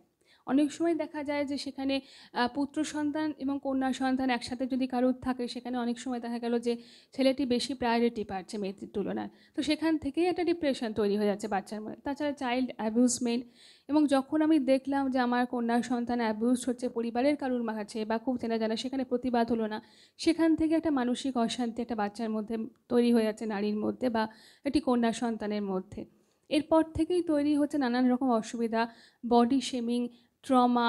বডি শেমিংয়ের ক্ষেত্রে ছেলেরাও বডি শেমিংয়ের হয়তো শিকার হতে পারেন, কিন্তু আমাদের সমাজে মহিলারও বেশি নজর প্রত্যেকে, ঠিক আছে, বেটে, মোটা, কালো, ফর্সা, রোগা, এই যে প্রথম থেকে শুরু হয়ে গেল মোটে শিশু থেকে, মানে জন্মানোর পর দেখবেন মেয়ে কালো হয়েছে, তাহলে এটা যেন সমস্যা শুরু হয়ে গেল। এবং সেটা তার যখন থেকে মেয়েটির মানে চিন্তা ভাবনা চলে এলো বা যখন থেকে সে বুঝতে শুরু করলো, তখন থেকেই যেন তাকে বুঝিয়ে দেওয়া হচ্ছে, জন্ম লগ্ন থেকেই বোধহয় মোটামুটি যদি একটি মেয়েকে কালো দেখা যায়, ও বাবা একটু না কালো হয়েছে, মানে কেন যে কালো হয়েছে বলে কী সমস্যা সেটা বোঝা গেল না, কিন্তু প্রথম হসপিটালে দেখতে আসার দিন থেকে পরিবার পরিজন বুঝিয়ে দিচ্ছে একটু কালো হয়েছে। এই যে একটু কালো হয়েছে, তারপর বেটে হলো না, মোটা হলো না, ফর্সা হলো, এত ক্রাইটেরিয়া থেকেই একটা সামাজিক চাপ, মানসিক চাপ, পরিবারের লোকও সেই চাপের মধ্যে তাকে ঢোকাচ্ছে, সেখান থেকেই তার কিন্তু অনেক ডিপ্রেশনে তৈরি হয়ে যায়, যেটা হয়তো সে প্রকাশ করছে না, সেটা নিয়েই তার জীবন চলছে, জীবিকা চলছে, সমস্ত কিছু। এর পরবর্তীকালে পড়াশোনা, সেখানে হয়তো সে ভালো করছে, কারণ ইন্টেলেকচুয়ালি দেখতে গেলে মেল অ্যান্ড ফিমেলের মধ্যে কোনো ডিফারেন্সিয়েশন নেই। তো সেখানে পড়াশোনা, কেরিয়ার সব কিছু হওয়ার পরেই যেটা আসে যে বিবাহিত জীবন, সেই বিবাহিত জীবনের ক্ষেত্রেও দেখবেন ওই যে আগের বললাম বডি শেমিং, ট্রমা, কারণ এই বডি শেমিং থেকেই হয়তো একটা ট্রমা তৈরি হয়। সব ট্রমাই যে একটা বিশাল অ্যাক্সিডেন্টের পর ট্রমা হবে, ফ্যামিলি ক্রাইসিসের পর ট্রমা হবে, তারপর পিটিএসডি হবে, অত কিছু নয়। এই যে প্রথম থেকে একটা ডিফারেন্সিয়েশন হলো ডিউ টু শুধুমাত্র ফিজিক্যাল হেলথ ইস্যুস, সেখান থেকে ট্রমাটাই কিন্তু যথেষ্ট কম নয়। সেসব পেরিয়ে তার ফলে একটা ইনফেরিটি কমপ্লেক্স আসছে। ধরুন যে ফর্সা, তার হয়তো কোনো অহংকার নেই, কিন্তু যে মানুষটি ছোটোবেলা থেকে শুনেছে আমি কালো, আমি বাজে দেখতে, তার ইনফেরিটি কমপ্লেক্সটা অটোমেটিক্যালি গ্রো করছে, সেখান থেকে ডিপ্রেশন তৈরি হচ্ছে এবং সেগুলো না প্রকাশ করতে পারছে না। সেই জন্য এই যে সাপ্রেসড ইমোশান, সেখান থেকে যে কত কত কষ্টের জন্ম দেয়, এই যে ডিপ্রেশন পরবর্তীকালে অন্য রকমভাবে অ্যাঙ্গার, অ্যাগ্রেশন, এগুলোর মাধ্যমে হয়তো তার প্রকাশ হচ্ছে। তার ফলে হয়তো সুইসাইডাল টেন্ডেন্সি তৈরি হচ্ছে, ইটিং ডিসঅর্ডার তৈরি হচ্ছে। আচ্ছা বাবা আমি একটু রোগা হই, রোগা হওয়া ভালো, এবং অত্যধিক হয়তো মোটা হয়ে গেলে ফিজিক্যাল প্রবলেম তৈরি হলে এক্সারসাইজ করে বডি লস, মানে বডি ওয়েট লস করা উচিত, সবই আমরা জানি। কিন্তু এই যে আমি খাওয়া কমিয়ে দিলাম, সেখান থেকে অ্যানোরেক্সিয়া, সেখান থেকে সুইসাইডাল টেন্ডেন্সি, অনেক কিছু হয়। সুতরাং এই সমস্ত পর্বতেই দেখা গেল একটা মেয়ের মধ্যে ডিপ্রেশন, অ্যাংজাইটি অনেক বাড়ছে। এরপর আমরা যেটা দেখি সেটা হচ্ছে বিবাহিত জীবন, এবং বিবাহিত জীবনেও দেখি প্রথম ক্রাইটেরিয়ায় যদি দেখুন যে সে দেখতে ভালো না হলো, সে যদি পড়াশোনায় কোনো রকম অসুবিধা হলো, আর যদি কোনো মেয়ের বিয়ের আগে কাউন্সেলিং বা এরকম ধরনের কোনো অসুবিধা হয়ে থাকে, জায়গা অসুবিধা না দরকার হয়ে থাকে, সেটাও যতটা পারে লুকিয়েই তাকে ব্যবস্থা করা। তার কারণ যদি মেন্টাল হেলথ এতটাই প্রবলেমের জায়গা, এখনও স্টিগমা, যে সেটা না বলেই মোটামুটি বিয়ে থার দিকে এগোতে হয়, সেটা অবধি একটা বিষয়। কিন্তু যখন দেখলাম বিয়ের পরবর্তীকালে তার কেরিয়ার এবং সংসার দুটোকে ব্যালেন্স করতে একটি মেয়েকেই বেশি হয়, সেখান থেকেও অ্যাংজাইটি, অ্যাঙ্গার, দুটো পরিবারকে ম্যানেজ, সেটাও কিন্তু সত্যি কথা বলতে গেলে একটা মেয়েকে বেশি করতে হয়। এই যে জায়গাগুলো, এই সমস্ত বিষয় থেকেই তৈরি হচ্ছে আমাদের অ্যাংজাইটি। এবং আমাদের শ্বশুরবাড়ি, বাপের বাড়ি, এই যে সমস্ত যে দ্বিধাগ্রস্ত জায়গা, কোনটা কথাটা কোথায় বলবো না বলবো, সব কিছু মিলিয়ে স্যান্ডউইচ মনটা যেন, এবং সেটা নিয়ে চলছে। কোনো অসুবিধা তো আমাদের হয় না, অনেকেই বলেন হয় না, না হয়, এবং সেটাই দেখলেন মধ্য 40-এ গিয়ে অন্যরকম সমস্যা আপনি আক্রান্ত, অ্যাংজাইটি, ওসিডি, ডিপ্রেশন, অনেক কিছু হচ্ছে। অনেক কারণে পরবর্তীকালে রাগ তৈরি হচ্ছে, ক্ষোভ তৈরি হচ্ছে। কিন্তু এগুলো তৈরি হয়েছিল 25-26 বছর বয়সে বিয়ের পর থেকেই। অনেক ইমোশনকে আপনি যখন করতে পারেন, অনেকের অত্যাচারকে মুখ বুজে সহ্য করে নিতে হয়েছে, কারণ আমি সেপারেশন চাইছি না, আমি বলতে পারছি না। আর যদি আমাকে চাকরি করতে যায়, সেটা বোধহয় খুব বিশাল বদান্যতা হচ্ছে আমার জন্য। ঠিক আছে, আমাকে চাকরি করতে দিচ্ছে, বাকিগুলো হয়তো মেনে নিয়েই চাকরিটা করছে, কারণ এটা আমার কষ্ট করে কেরিয়ার নয়, এটা আমাকে কেউ দান করেছে। এই যে ব্যাপারগুলোকে অ্যাডজাস্ট করছি, অ্যাডজাস্ট করে করে আমার জীবন এগোচ্ছে, অ্যাডজাস্ট থেকেও আসে ডিপ্রেশন, অ্যাংজাইটি এবং অন্যান্য যে ডিসঅর্ডার, পার্সোনালিটি ডিসঅর্ডার, অমুক তমুক, সেগুলোর ক্ষেত্রে নারী পুরুষ মোটামুটি সমান সমান। কিন্তু মূলত মহিলাদের ক্ষেত্রে যেটা হয় না, সোশ্যাল প্রবলেমস থেকেই এই প্রবলেমগুলো শুরু হয়। এর পরবর্তী স্টেজে আসে ইনফার্টিলিটি অ্যান্ড ম্যাটারনিটি। ইনফার্টিলিটির ক্ষেত্রে যেটা হয় মূলত, এখন আমরা ইনফার্টিলিটি সাইকোলজিক্যাল কাউন্সিলিং ও মুক্তমুখ অনেক কথা শুনেছি, বন্ধাত্ব নিয়ে আমরাও কাজ করি, এবং আমরা ইনফার্টিলিটি সাইকোলজিক্যাল কাউন্সিলিং আমাদের ইনস্টিটিউশন থেকে করা হয়, আমি করি। যেটা হয় যে ধরুন বিয়ে কিছু বছর পর থেকে যেটার একটা চাপ আসতে থাকে সন্তানের জন্য, এবার সন্তান যদি হলো তো খুব ভালো কথা, এবং তার পরবর্তীকালে যে এগোনোগুলো নিয়ে চললো। কিন্তু যদি কারোর ক্ষেত্রে অসুবিধার জায়গা হয়, মিসক্যারেজ হয়, সেখানে চলে আসে সামাজিক একটা চাপ, সামাজিক চাপ, পারিবারিক চাপ, এবং তার সাথে সাথে এখন বর্তমান যে ইনফার্টিলিটি ক্লিনিকগুলো আছে তার চাপ, হরমোনাল ট্রিটমেন্টের চাপ, সেখান থেকে একটি মেয়ের মানসিক স্বাস্থ্য চরমভাবে বিপন্ন হয়। এবং এই যে সন্তান হচ্ছে না, সেই টেনশন, তার সাথে যদি সে চাকরি করে তার টেনশন, সব কিছু নিয়েই যে অ্যাংজাইটি, এইখান থেকেই কিন্তু ম্যাটারনিটি কাউন্সেলিং, ইনফার্টিলিটি কাউন্সেলিংয়ের গুরুত্ব। এবং এই যে কাউন্সেলিং, তাহলে কী হবে, কাউন্সেলিং করেই পরের দিন কি একটা সন্তান সম্ভব সে হয়ে যাবে? সে হয়তো পরের দিন হবে না, কিন্তু তার লাইফটা ইজি হলে, সে যদি স্ট্রেস ফ্রি হয়, তার ডিপ্রেশন, অ্যাংজাইটিগুলো যদি কিছুভাবে কমানো যায়, তাহলে কিন্তু অনেক সময় অনেক সুফল আমরা দেখেছি ইনফার্টিলিটি কাউন্সেলিংয়ের ক্ষেত্রে। সুতরাং ইনফার্টিলিটিতে যারা ভুগছেন তাদেরও আমি বলবো, শুধুমাত্র ইনফার্টিলিটি ক্লিনিকে হরমোনাল থেরাপি না করিয়ে তার সাথে কাউন্সেলিং করালে ফলটা অনেক ভালো হয়। মানে আমার কাছেই তার অনেক প্রমাণ রয়েছে। তো সুতরাং এখানেও খুব ইম্পর্ট্যান্ট একটা ফ্যাক্টর। এছাড়া ইনফার্টিলিটি ক্লিনিকের পরবর্তী, ইনফার্টিলিটি স্টেজের পরবর্তীকালেই বলবো মিসক্যারেজ, কারণ ইনফার্টিলিটি এবং মিসক্যারেজ দুটো ভীষণভাবে অঙ্গাঙ্গিভাবে জড়িত। একটি মা যখন তার মিসক্যারেজের শিকার হচ্ছেন, হ্যাঁ হয়তো বাবা, পরিবার সবাই তার জন্য কষ্ট পাচ্ছেন, মায়ের কষ্টটা বেশি। কারণ তার যে ফিজিক্যাল স্ট্রেসটাও গেল সেটাও একটা ফ্যাক্টর, মেন্টাল স্ট্রেসটাও মায়ের ক্ষেত্রে অনেক বেশি ফ্যাক্টর। সুতরাং ইনফার্টিলিটি এবং মিসক্যারেজের ক্ষেত্রেও কিন্তু কাউন্সেলিং ভীষণভাবে দরকার। এরপর এলো প্রেগনেন্সিতে তো ভীষণভাবেই মনে একটা কেয়ার ভীষণ দরকার, কিন্তু আমাদের দেশে এখনও হয় না। আমাদের দেশে অদ্ভুত অদ্ভুত জিনিস এখন শুরু হয়েছে, যেমন ধরুন ম্যাটারনিটি ফটোশ্যুট খুব ভালোভাবে হচ্ছে, কিন্তু ম্যাটারনিটি কাউন্সেলিং হচ্ছে না। কারণ আমরা তো এগিয়েছি ওই ছবিতে, আমরা এগিয়েছি ফেসবুকে, আমরা এগিয়েছি টুইটারে, আমরা এগিয়েছি হোয়াটসঅ্যাপে, আমরা এগোইনি মন থেকে। সুতরাং আমাদের ইনস্টিটিউশনের পক্ষ থেকে মাতৃপক্ষ একটা প্রোগ্রাম করা হয়েছিল, free mental health counselling for maternity counselling for pregnancy যারা রয়েছেন তাদের জন্য। এবং প্রোগ্রামটা দুর্গাপুজোর আগে আগে হয়েছিল, এবং মানে যারা অন্তঃসত্ত্বা মহিলা তাদের ফ্রি কাউন্সেলিংয়ের ব্যবস্থা করা হয়েছিল। সবচেয়ে মজার ব্যাপার, যারা কাউন্সেলিং করতে এসেছিলেন, মানে আমি চেয়েছিলাম প্রোগ্রামটা এমন মানুষের জন্য হোক যারা কাউন্সেলিংটা অ্যাফোর্ড করতে পারেন না, কিন্তু তারাও অন্তঃসত্ত্বা, তাদের জন্য যাতে তাদের মন ভালো থাকে। মাদের মন ভালো থাকলেই পরবর্তী সন্তানের মন ভালো থাকবে। তো সেখানে অদ্ভুত ব্যাপার হলো, যারা যুক্ত হতে চেয়েছিলেন বা হয়েছিলেন, যাদের কাউন্সেলিং করেছেন, তারা প্রত্যেকে ভীষণ প্রতিষেধক, বেশিরভাগই মহিলা ডাক্তার। তা আমি ভাবলাম যা বাবা, এরকম একটা ফ্রি, তারাও নিজেরাও বলে যে হ্যাঁ ম্যাম আমরা তো আপনার কাছে এমনিই কাউন্সেলিং করাতে পারতাম। তা আমি বুঝলাম, এবং যারা যুক্ত হতে চেয়েছিলেন হতে পারলেন না, তারাও কিন্তু মোটামুটিভাবে একটা অদ্ভুত বিষয় দেখেছিলাম, যে যারা চাকরি করেন সেসব মহিলারা করেছিলেন কিছুটা হলো।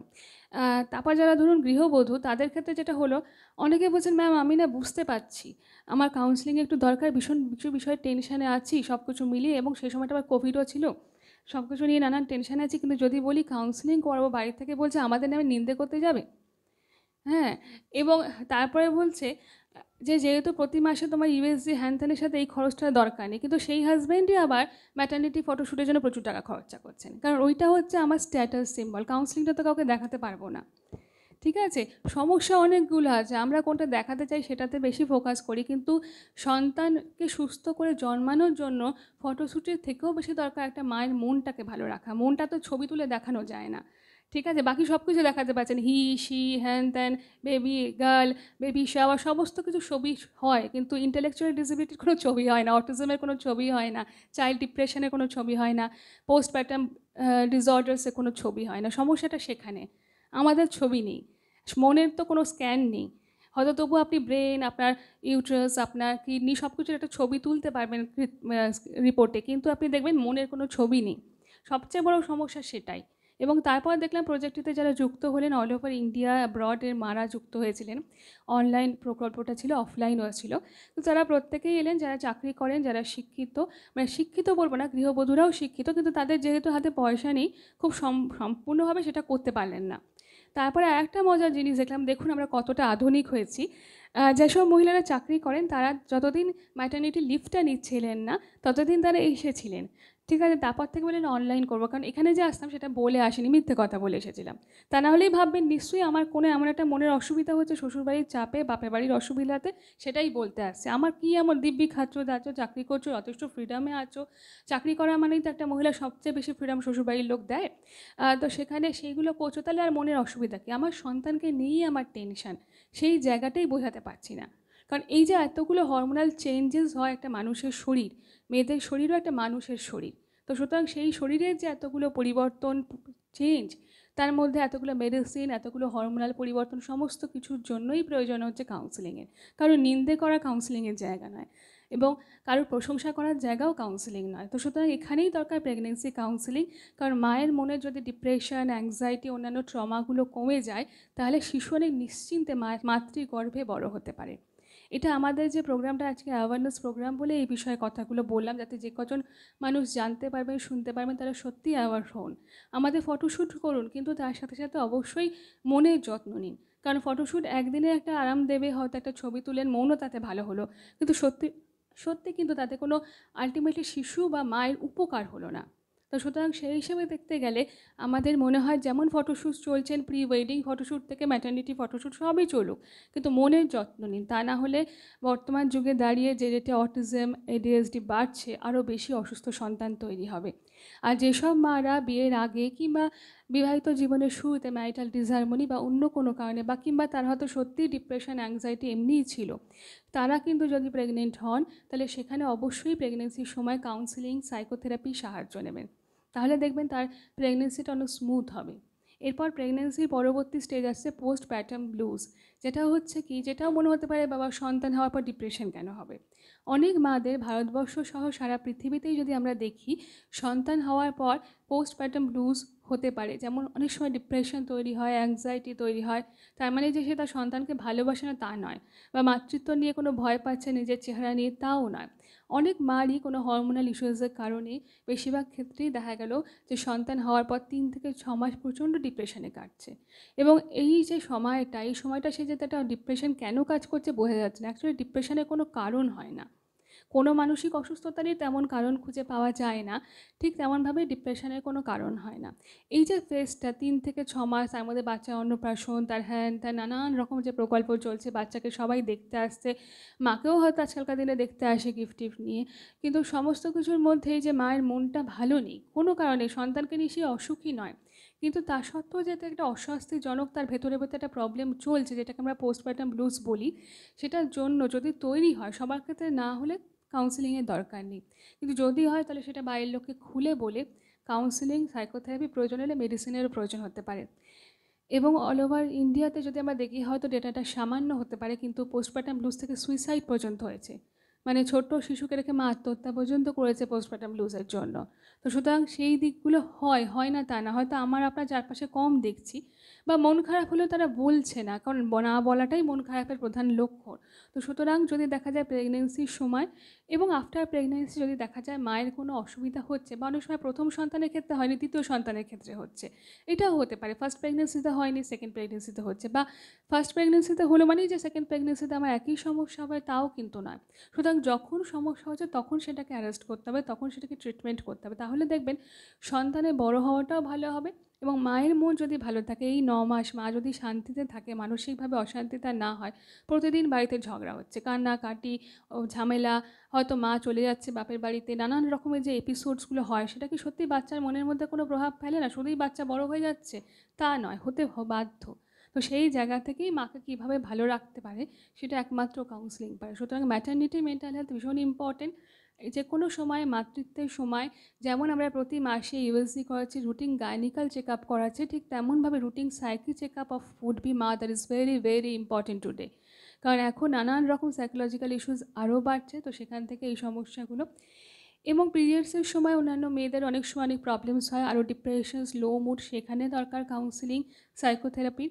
আরেকটি জায়গা বলবো মেনোপজ, এবং যাদের 40-45 বছর বয়সের পরে যেসব মহিলারা আসেন, তাদের ডিপ্রেশন, অ্যাংজাইটি, এবং তার মধ্যে সংসার জীবন হয়তো অনেকটা পার হয়েছে, সেখানে নানান স্মৃতি, দুঃখ, আনন্দ, ভালোবাসা সব কিছু মিলিয়েই 40-45 বছর বয়সের পর যে মেনোপজের ফেজটা আসে, সেখানে একটা কাউন্সেলিংয়ের ভীষণ দরকার। এবং প্রতিদিন যে তাকে কাউন্সেলিংয়ের মধ্যে দিয়ে যেতে হবে তা না, কিন্তু ওই যে একটু রেগে যাওয়া, ভুলে যাওয়া, কনসেন্ট্রেশনের প্রবলেম, অ্যাঙ্গার, অ্যাংজাইটি ইস্যু, এগুলো যে হচ্ছে, সেই জন্য যদি সত্যি কাউন্সেলিং, থেরাপি এগুলো করা যায়, তাহলে দেখবেন সেই মহিলা অনেক ভালো থাকবে। এবং পরিবারে যদি একজন মহিলা ভালো থাকেন, মেয়েরা যদি পরিবারে ভালো থাকে, তাহলে সমগ্র পরিবারটি সুন্দর গুছিয়ে থাকে। কারণ পরিবারে একজন মানুষই যদি অসুস্থ হয়, তাহলে অপর মানুষের মধ্যে, তার ফ্যামিলির মধ্যে সে এফেক্টটা পড়তে বাধ্য। মা যদি প্রচণ্ড রেগে যায়, প্রচণ্ড খ্যাটখ্যাট করে, মা যদি প্রচণ্ড ডিপ্রেসড হয়, তাহলে তার সন্তান, তার পরিবার, তার হাজব্যান্ড কীভাবে ভালো থাকবে? সুতরাং একজন মহিলা, এবং এই যে ওসিডি, সূচিবায়ুগ্রস্ততার সঙ্গে সঙ্গে আরও অনেক কিছু, সবটাই কিন্তু তৈরি হচ্ছে অ্যাংজাইটি থেকে। এবং এই অ্যাংজাইটিটা একদিনের জন্য না, পুরো সামাজিক আর জন্ম থেকে বড় হওয়া, বিবাহিত জীবন, সমস্ত কিছু পেরিয়ে কোথাও মনের স্তরে জমতে থাকা কষ্টগুলো থেকেই তৈরি হচ্ছে আজকের ওসিডি। হয়তো যাকে 40 বছর বয়সে গিয়ে দেখলেন প্রচণ্ড খিটখিটে হয়ে গেছে, সেই 20 বছরে এরকম ছিল না সেই মেয়েটি। সমাজে, জীবনে লড়াই করতে করতে আজকের এই অসুবিধার জায়গাগুলো সে পৌঁছেছে, মনটাই পাল্টে গেছে। তার একটাই কারণ কি, মনের মধ্যে অনেক কিছু ঢুকেছে, যে আবর্জনাগুলোর ব্রাশ আপ দরকার।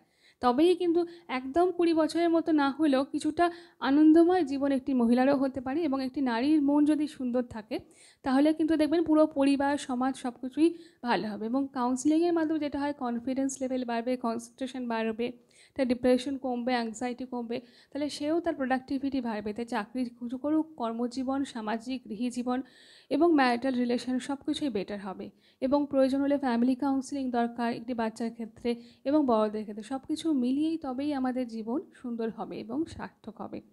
আর একটা বলবো যে মেনোপজের পরেও যদি মনে হয়, এই যে ফেজগুলো নিয়ে আলোচনা করলাম, এই ফেজগুলো ছাড়াও ডিপ্রেশন, অ্যাংজাইটি, ট্রমা, এছাড়াও ধরুন পার্সোনালিটি ডিসঅর্ডার্স, কোনো মহিলার হয়তো অলরেডি কিছু অসুখ জেনেটিক্যালি আছে বা লস অফ কনফিডেন্স, অন্যান্য অনেক ইস্যুস হচ্ছে, সেই জায়গাগুলো থেকেও তাকে বার করার জন্য পরিবারের সাপোর্ট খুব দরকার। কারণ একজন মহিলার ক্ষেত্রে অনেক সময় হয় পরিবারের সাপোর্ট পান না বলেই তিনি কাউন্সেলিং করাতে পারলেন না।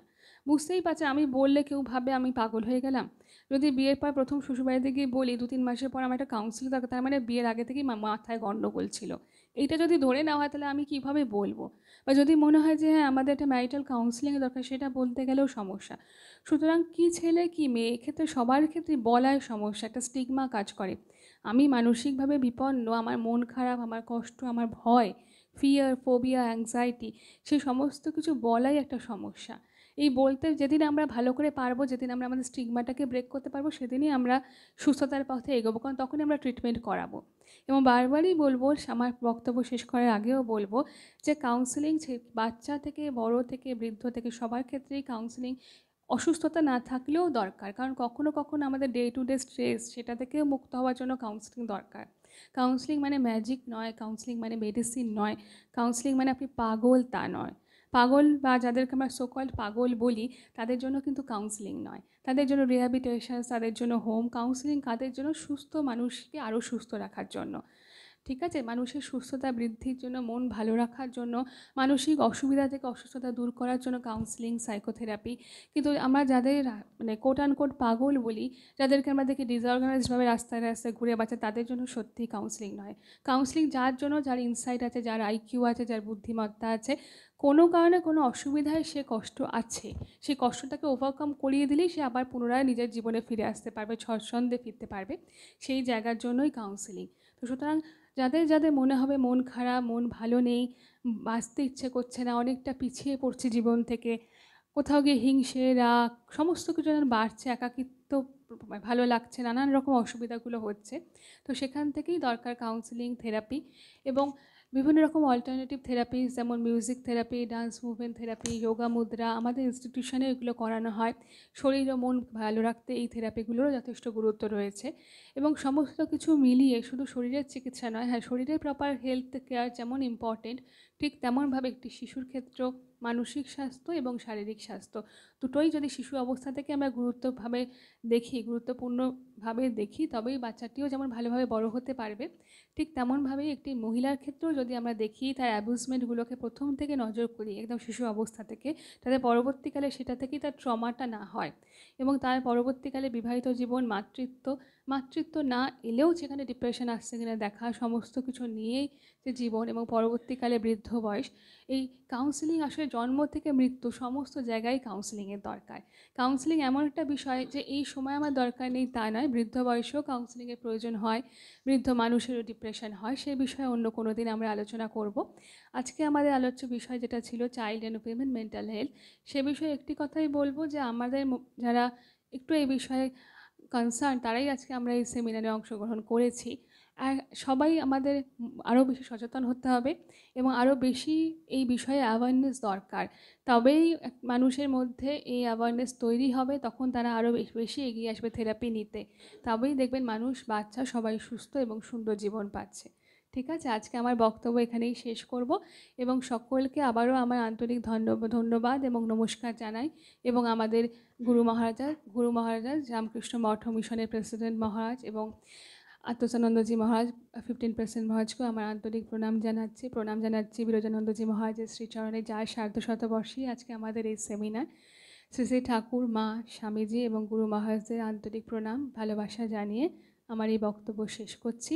আর আমাদের ইনস্টিটিউশনের পক্ষ থেকে আমাদের সমস্ত রকম কাউন্সেলিংয়ের পরিষেবা, আমাদের বিভিন্ন রকমের থেরাপির পরিষেবা দেওয়া হয়, যেগুলো প্রাইভেট অন্যান্য অর্গানাইজেশনের তুলনায় অনেকটা কম।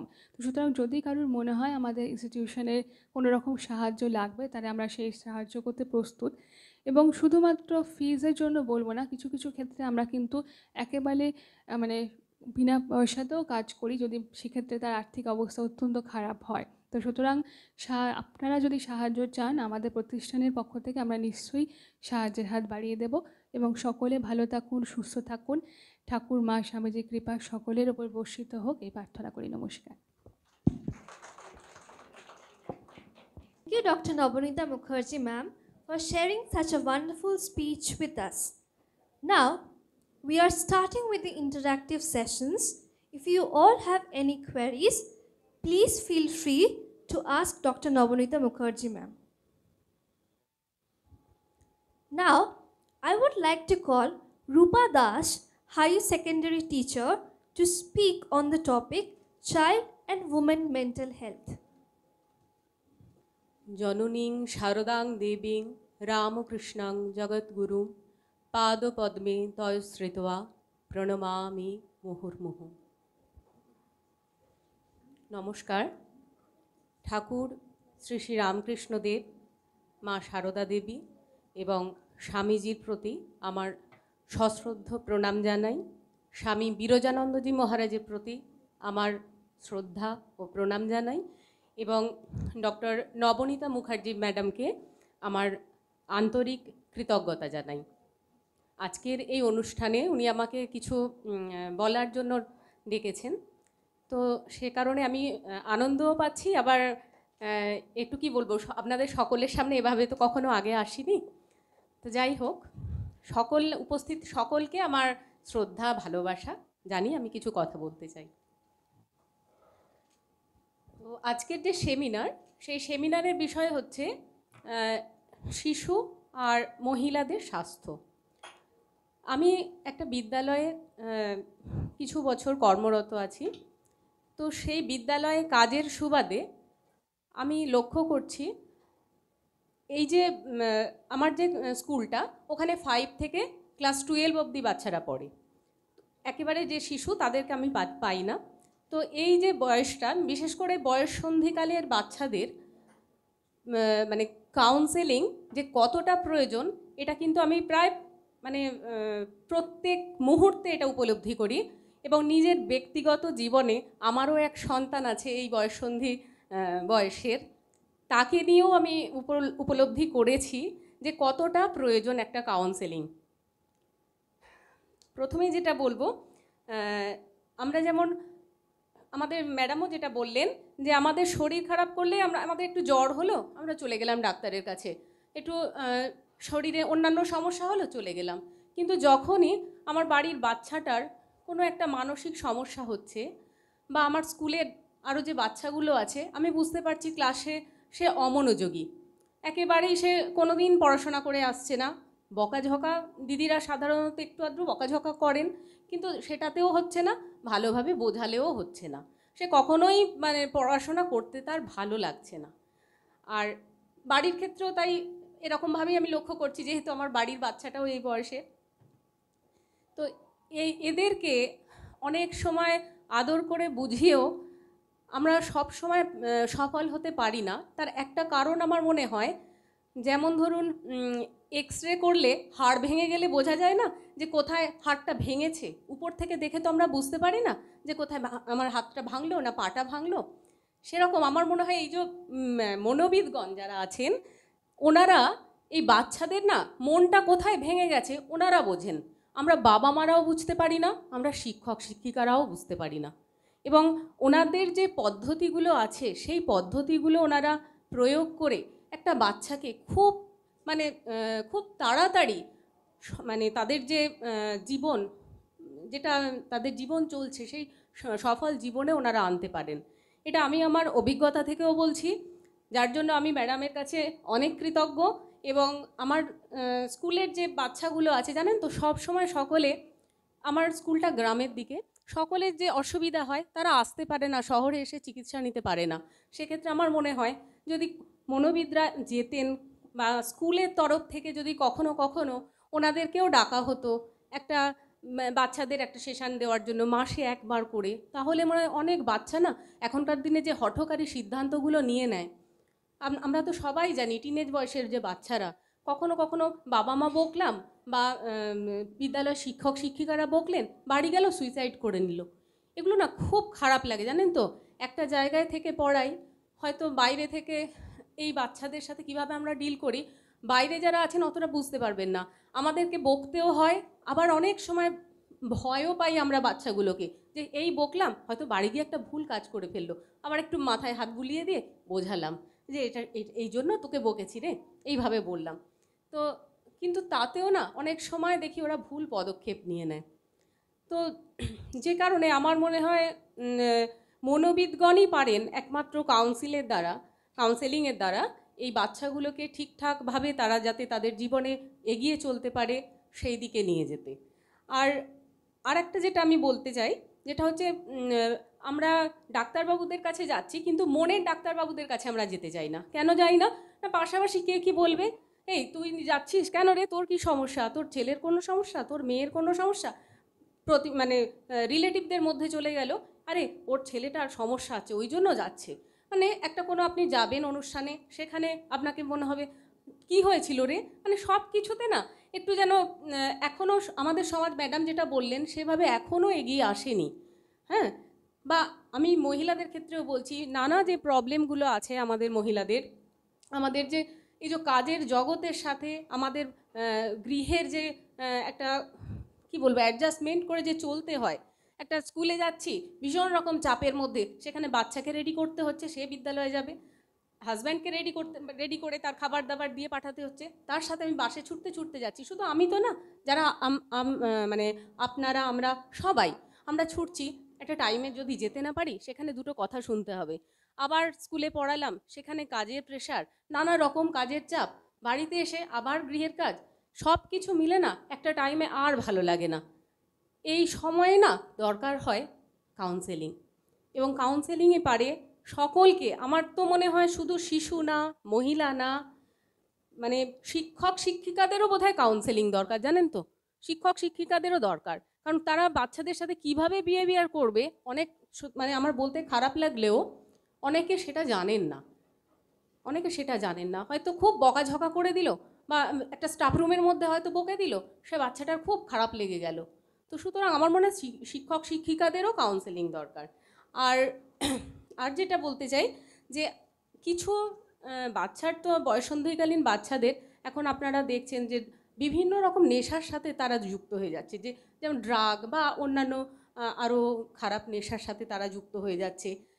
এরপরে তাদেরকে সেই রাস্তাটা থেকে ফিরিয়ে আনতে বাবা মা একেবারে পারছে না, তখন মনোবিদের শরণাপন্ন হওয়াই উচিত বলে আমার মনে হয়।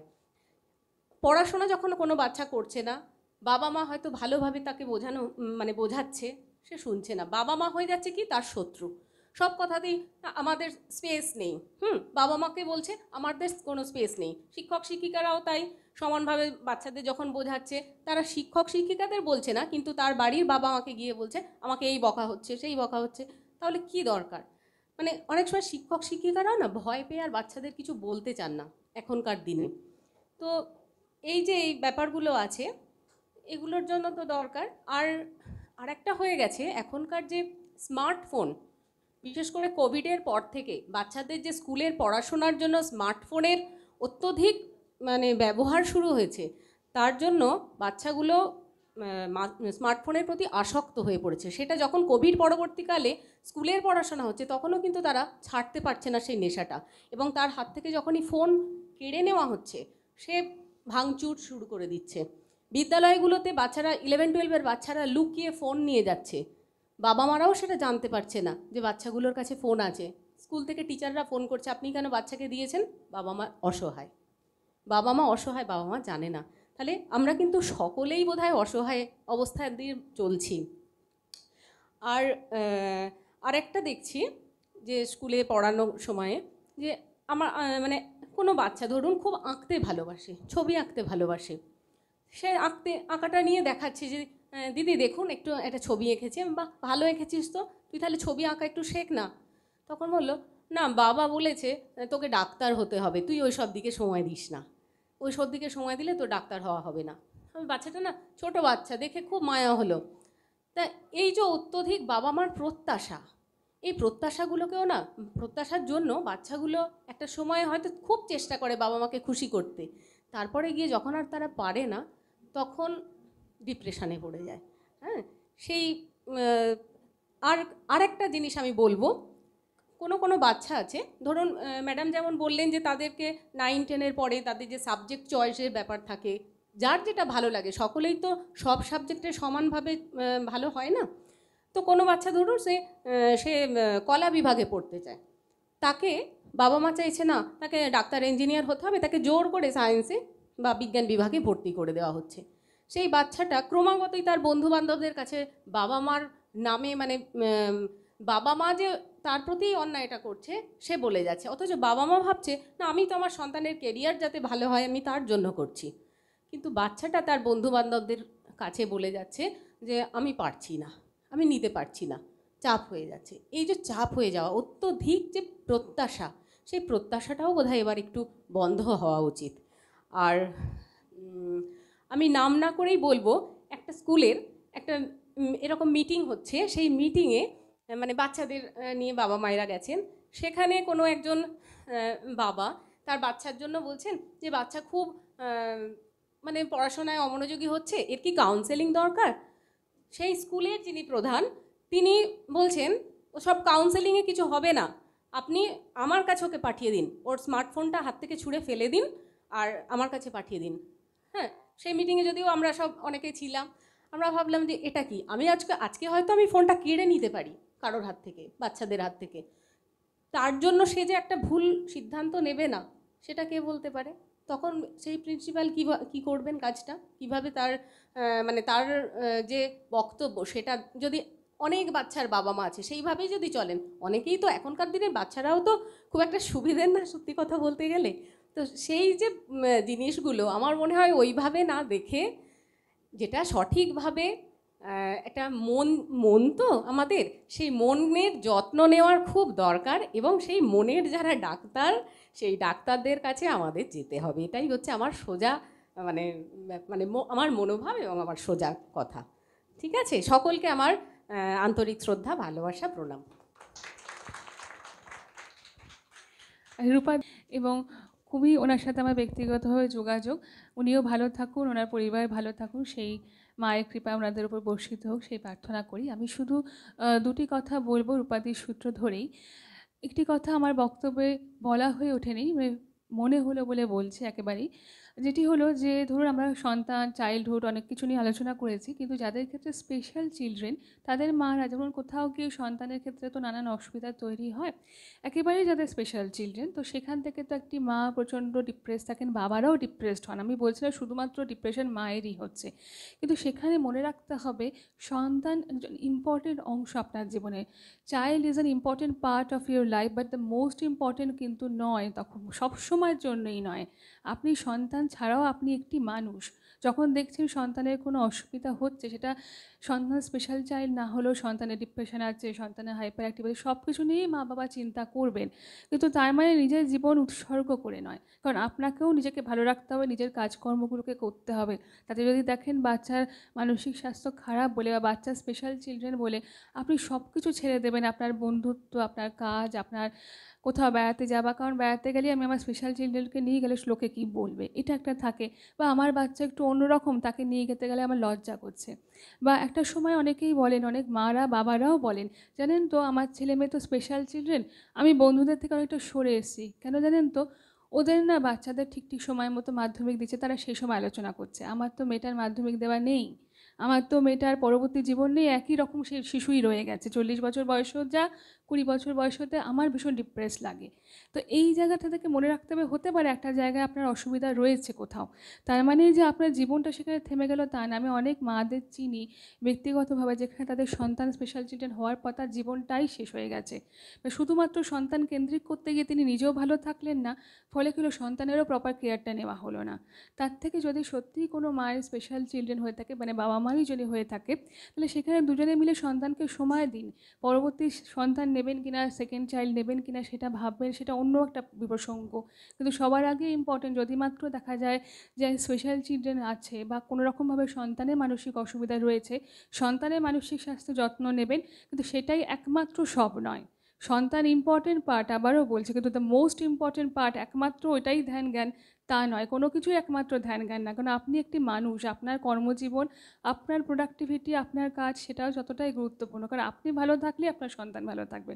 এবং দুজনের মিলে দোষ দেওয়া, না তোমার জন্য হয়েছে না আমার জন্য হয়েছে, যখন একটি স্পেশাল চিলড্রেন আসে তখনই না অনেক সময় দোষারোপের জায়গাটা রয়েছে, তোমার বাড়িতেই অসুস্থতা রয়েছে, আমার বাড়িতেই অসুস্থতা রয়েছে, তোমার বাড়িতে প্রবলেম আছে, আমার বাড়ির লোক সবাই শিক্ষিত, এই যে টানাপোড়েন কার জন্য হয়েছে সেটা না ভেবে কীভাবে প্রবলেমটা সলভ করা যাবে সেটা একটা দেখা।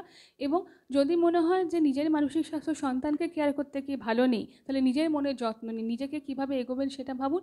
দেখুন আপনি স্ট্রং থাকলে আপনার সন্তান সুস্থ থাকতে বা ভালো থাকতে বাধ্য। এই জন্যে আমি এই অংশটা বারবার বললাম, আমার বলা হয়নি বলে। যেখান থেকে যাদের মারা বাবারা ভাবছেন আমাদের সন্তান স্পেশাল চিলড্রেন, তারা কিন্তু নির্দ্বিধায় সেই সন্তানকে নিয়ে সমস্ত গ্যাদারিংসে যাবেন, দেখবেন তাদেরও ক্যাপাবিলিটি তৈরি হবে অ্যাডজাস্ট করার, এবং সমাজও তাদের নিয়ে অ্যাডজাস্ট করতে শিখবে আস্তে আস্তে। তো সুতরাং সেই জায়গায় কোনো স্টিগমা রাখবেন না, তাহলে আপনারাও ভালো থাকবেন। সমস্ত বিয়েবাড়ি, সমস্ত গ্যাদারিং, সমস্ত কিছু থেকে সরিয়ে আনলাম নিজেকে, আমি বাবা অন্যদের সন্তানের মতো আমার সন্তান না, সেটা ভাববেন না। যার যেমন সবার সব কিছু সমান পৃথিবীতে তো হবে না, তাহলে পৃথিবীতে সবাই সমান হতো, সবাই ভারতবর্ষের প্রধানমন্ত্রী হতো, তা তো নয়। আমরা কেউ কেউ সাধারণ মানুষ, কেউ কেউ নেতা, কেউ কেউ মন্ত্রী, কেউ কেউ বিজ্ঞানী, কেউ ডাক্তার, কেউ দারুর দোকান আছে, বিভিন্ন প্রফেশনে আমরা রয়েছি।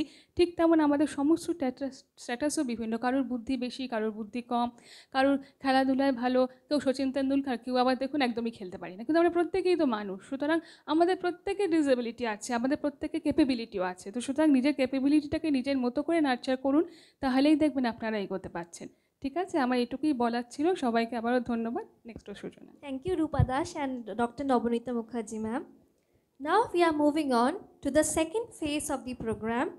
The students of SRIICT will present short speech on the topic childhood depression and anxiety, its symptoms, need of parents and school support, role of counseling, along with paper presentation. I would like to call Atri Bandhopadhyay, student of SRIICT, to come forward and deliver some speech on this topic. Our next participant, Kritika Datta and Almara Khatun, please be ready.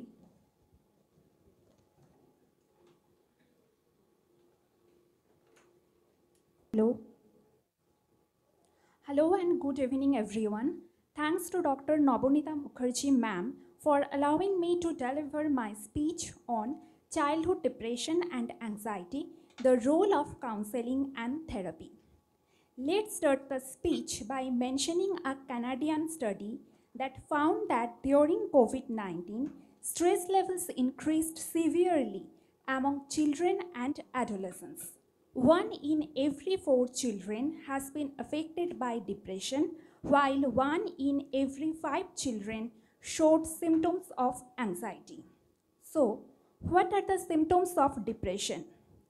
Persistent sadness, hopelessness, anger and irritability, social withdrawal, increased or decreased appetite and sleep, crying, trouble concentrating, fatigue, and lack of interest in fun activities.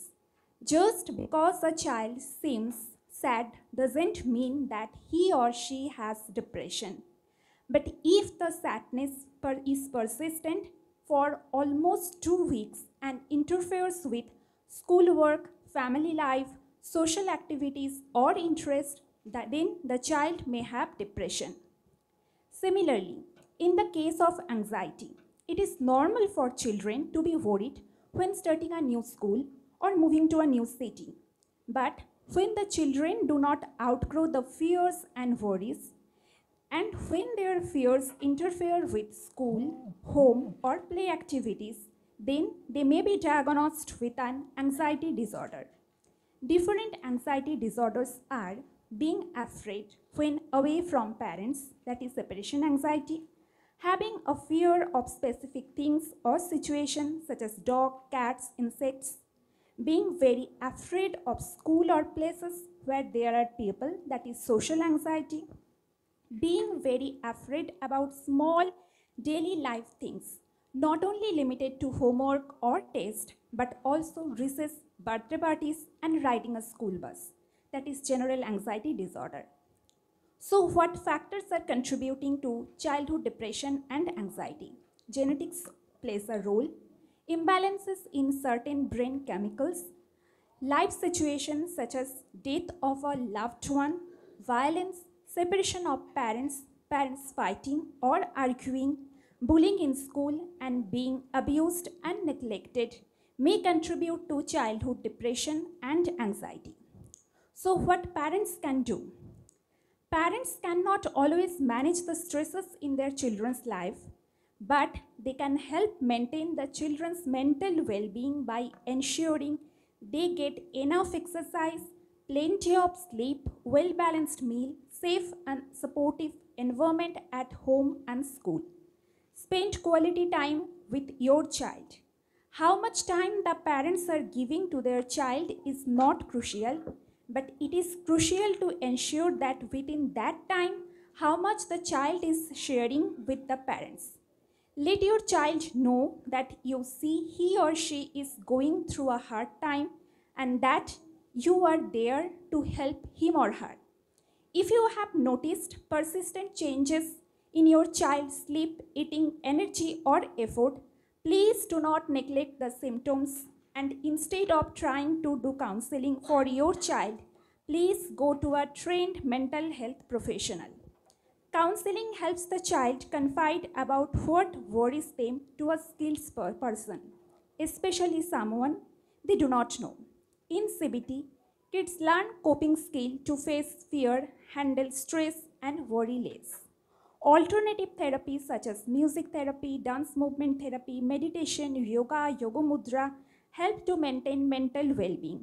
It is crucial for parents to be patient and be regular with the treatment. As we have bodies and we can have physical illnesses, similarly we have minds and we can have mental disorders. Having mental health condition doesn't mean that your child is weak or fragile. Depression or anxiety cannot be treated by a child's willpower alone, and they will grow out of it when they will become old is only a myth. Depression and anxiety are treatable, but it needs the help of mental health professional. Counseling is not only about talking and is not a waste of time. It is a scientific form of treatment, so eliminate the stigma, increase awareness, and come forward to gift your child a healthy and happy life. Thank you. Thank you Atri, ভালো হয়েছে তোমার। Now I would like to call Kritika Datta, student of SRIICT, to come forward and deliver some speech on this topic. Our next participant, Almora Khatun and Vidisha Chatterjee, please be ready.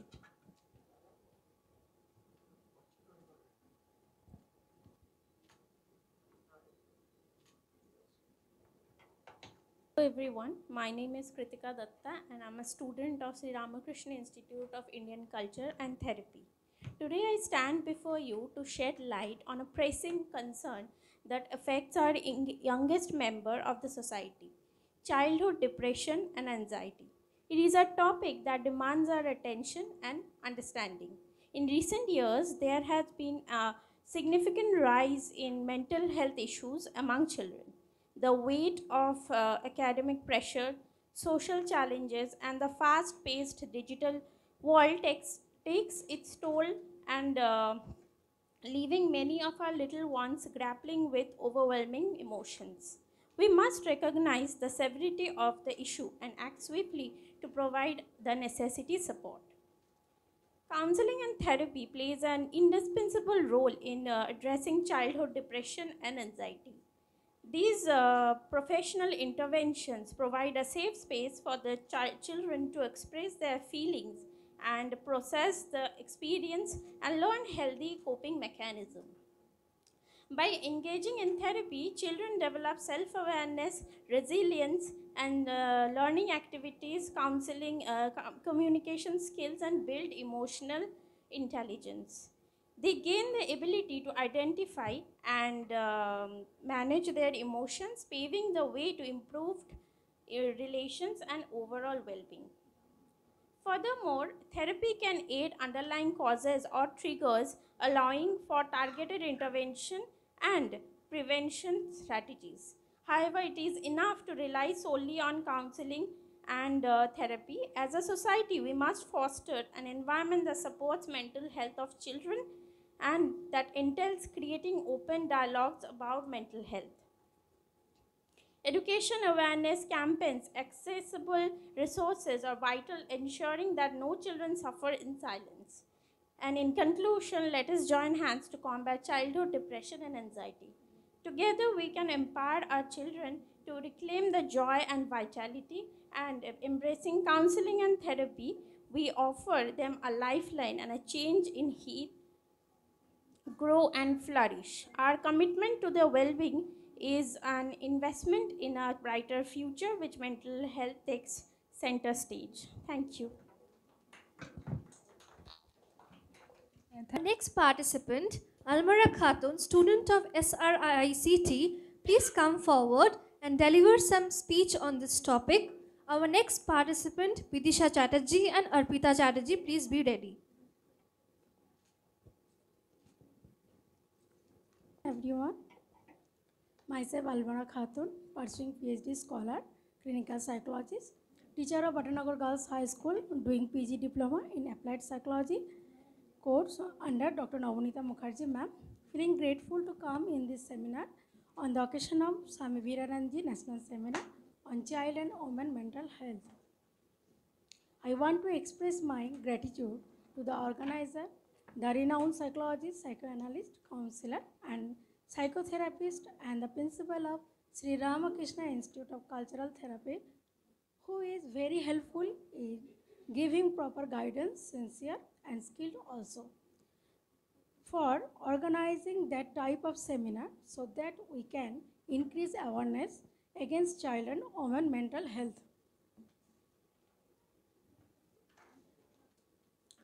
I want to discuss about child depression and anxiety role, counseling and therapy. Childhood depression is a different form that every day blues to most kids get as they develop. The fact that a child feels sad, lonely or irritable does not mean that have childhood depression. Childhood depression is persistent sadness. When it occurs, the child feels alone, hopeless, helpless and worthless.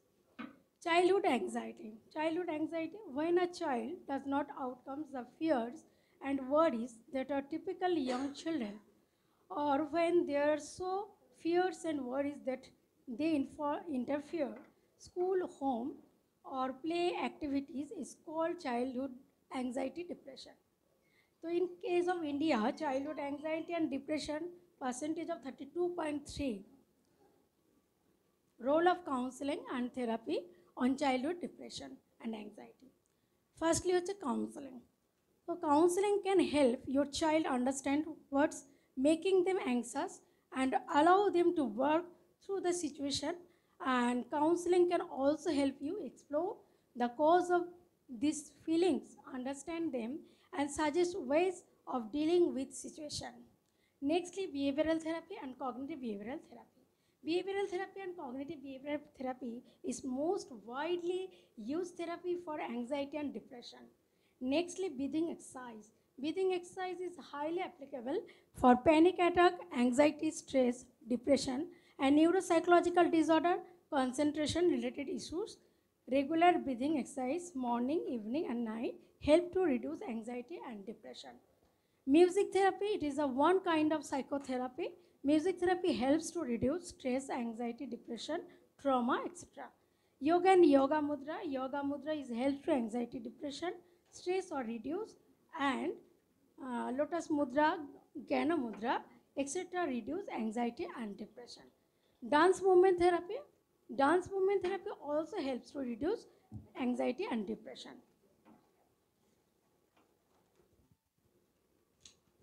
Next, flower therapy.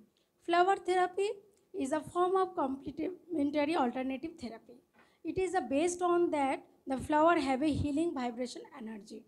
The jasmines, rajnigandha, champa, rose, marigold, dahlia, etc. helps to reduce trauma, stress, anxiety, depression, sleeping problem, bad dreaming, phobia, panic attacks, neuropsychological problems, loss of confidence, headache, sinus, migration, hypertension, sugar, BP, use of flower therapy, depression of child and anxiety.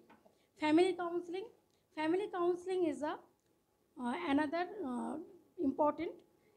As it is a case of child, counseling is required for parents to. It is to will help family members to improve communications and understanding of child mental health and resolve and conflict. No. ভালো হয়েছে, thank you আলমারা। ঠিক আছে, হ্যাঁ।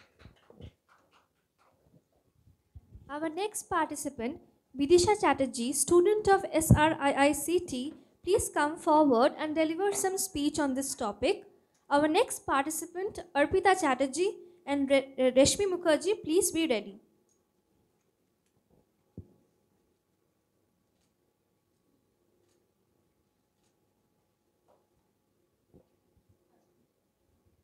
নমস্কার, আমি বিদিশা চ্যাটার্জি। আমি Shri Ramakrishna institute of Indian culture and থেরাপির post graduation diploma in applied psychology, psychotherapy and কাউন্সিলিংয়ের বর্তমান স্টুডেন্ট।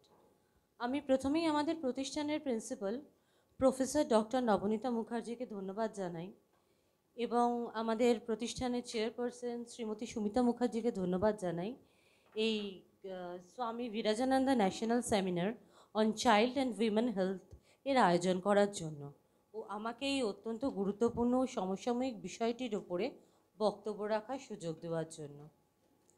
অ্যাংজাইটি ও ডিপ্রেশন আমাদের কাছে অত্যন্ত পরিচিত দুটি শব্দ। যত দিন যাচ্ছে এই শব্দ দুটির সাথে পরিচয় আমাদের তত নিবিড় হচ্ছে। যা আমরা মূলত বড়দের সমস্যা বলে জানতাম, আজ তা আমাদের শিশুদের জীবনেও হানা দিচ্ছে। বিভিন্ন কারণে শিশুদের মধ্যে এই সমস্যা দুটি দেখতে পাওয়া যায়। এটি মূলত জেনেটিক্যাল, বায়োলজিক্যাল অর্থাৎ বয়ঃসন্ধিকালে শিশুদের যে হরমোনাল পরিবর্তনগুলি হয় তার থেকে, সামাজিক পারিবারিক সমস্যা এবং মাতৃত্বকালীন অবস্থাতে মা যদি নিজে অ্যাংজাইটি এবং ডিপ্রেশনের ভোগে তাহলে তার শিশুর মধ্যেও এই সমস্যা আসতে পারে। তাই এই সময় মহিলাদের মানসিক স্বাস্থ্যের দিকে বিশেষ খেয়াল রাখা অত্যন্ত জরুরি।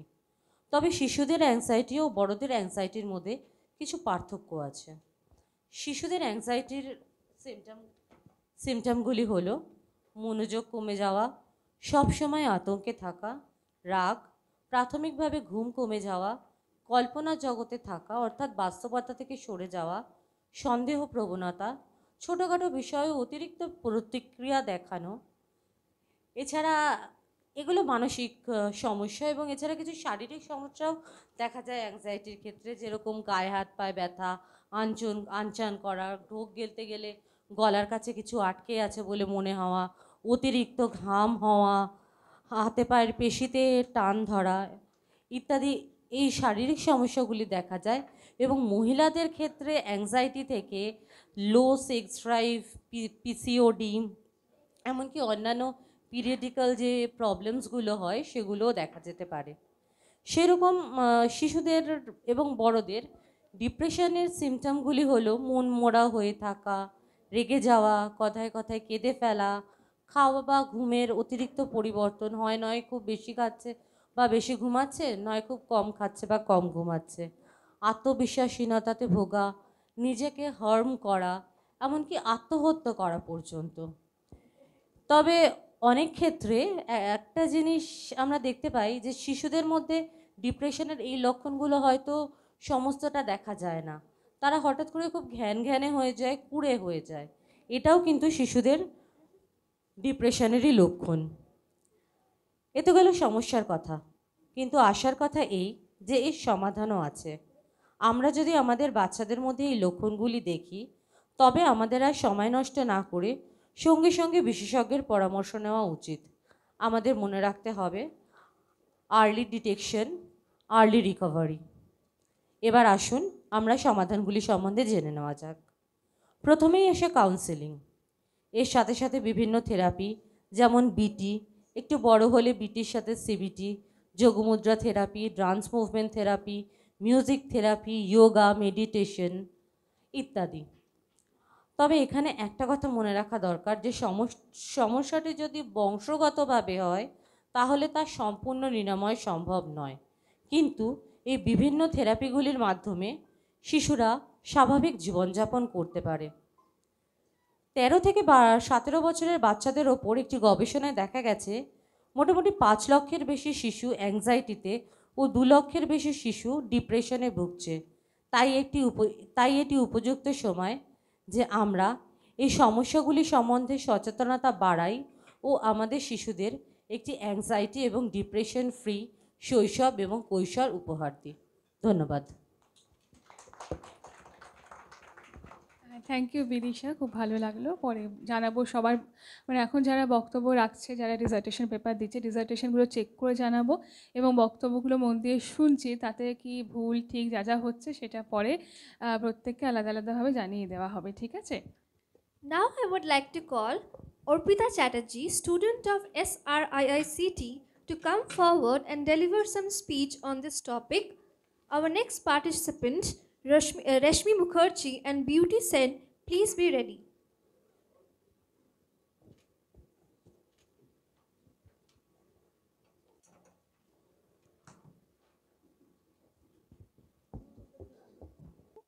Good evening, Shunita ma'am. Good evening, very dear Naumita ma'am.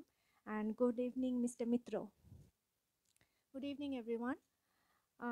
I understand I am amongst the only initial few to share our topic here this evening.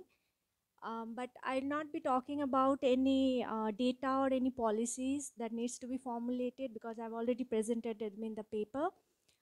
What I'd like to talk about is us, like me, you, and our children. This is important. The mental health. Now, mental health, what do we understand by mental health? We often say, yes, we have been talking about it in many movies, many serials. Mental health is the way by which we realize our abilities to cope with difficult situations in our lives. Now, we the parents have set of attitudes and perceptions which we have formed over the years, and we tend to impose those on our children, hardly realizing that they need to develop their own perceptions and attitudes with their experiences. And this is where I believe we lack insight. Insight into the fact that it's perfectly normal to be abnormal sometimes.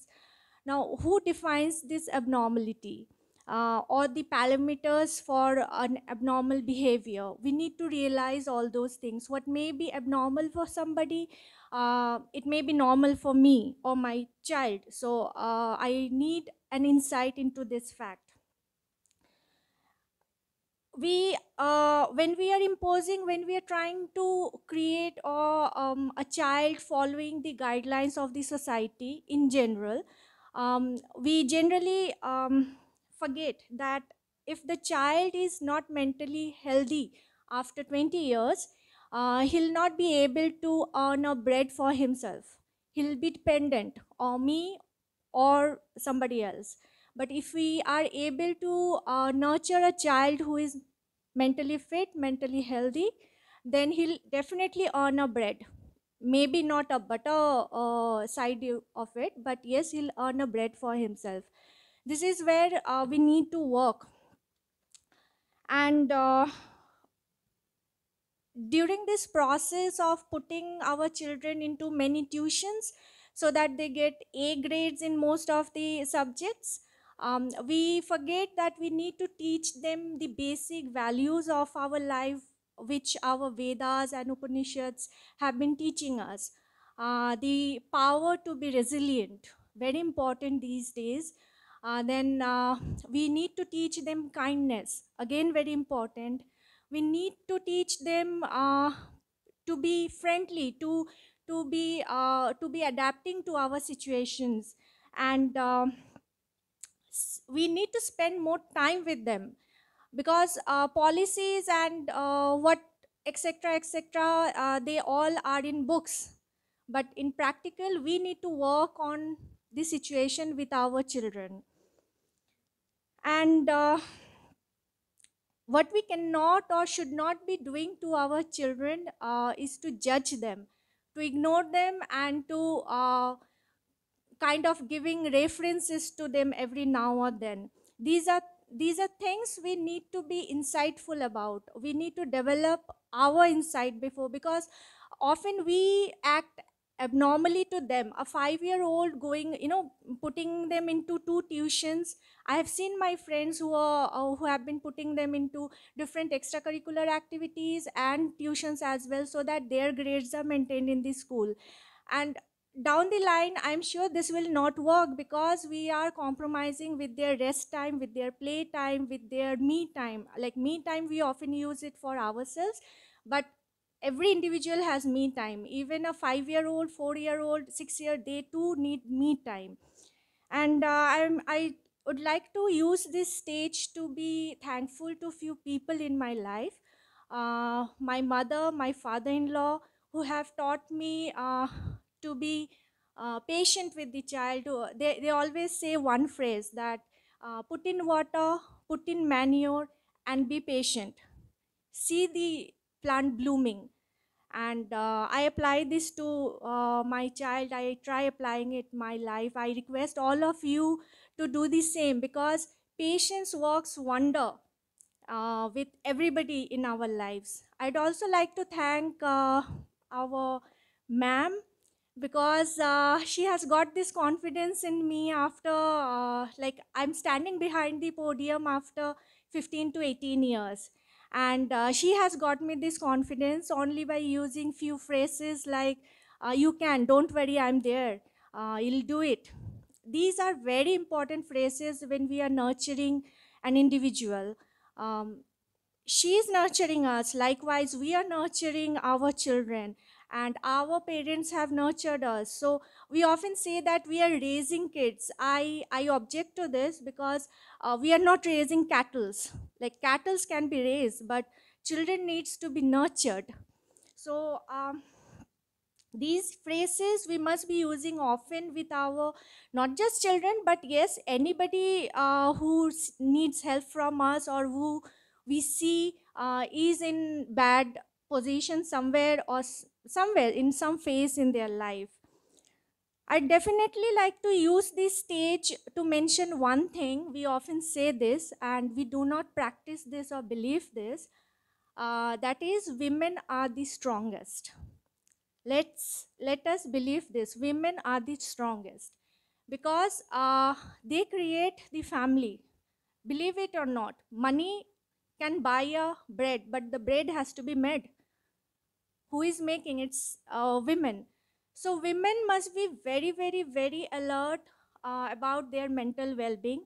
Must stand before for themselves before anybody else is standing for them, because if women is fit mentally, physically, of course, but then women must be very, very strongly hold their position in family, in society, and do everything possible for keeping their mental health healthy, basically. And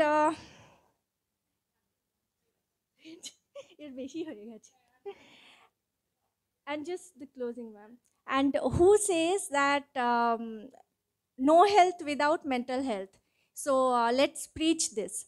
Let's talk about this. Let's tell this to everyone else. No health without mental health. Thank you.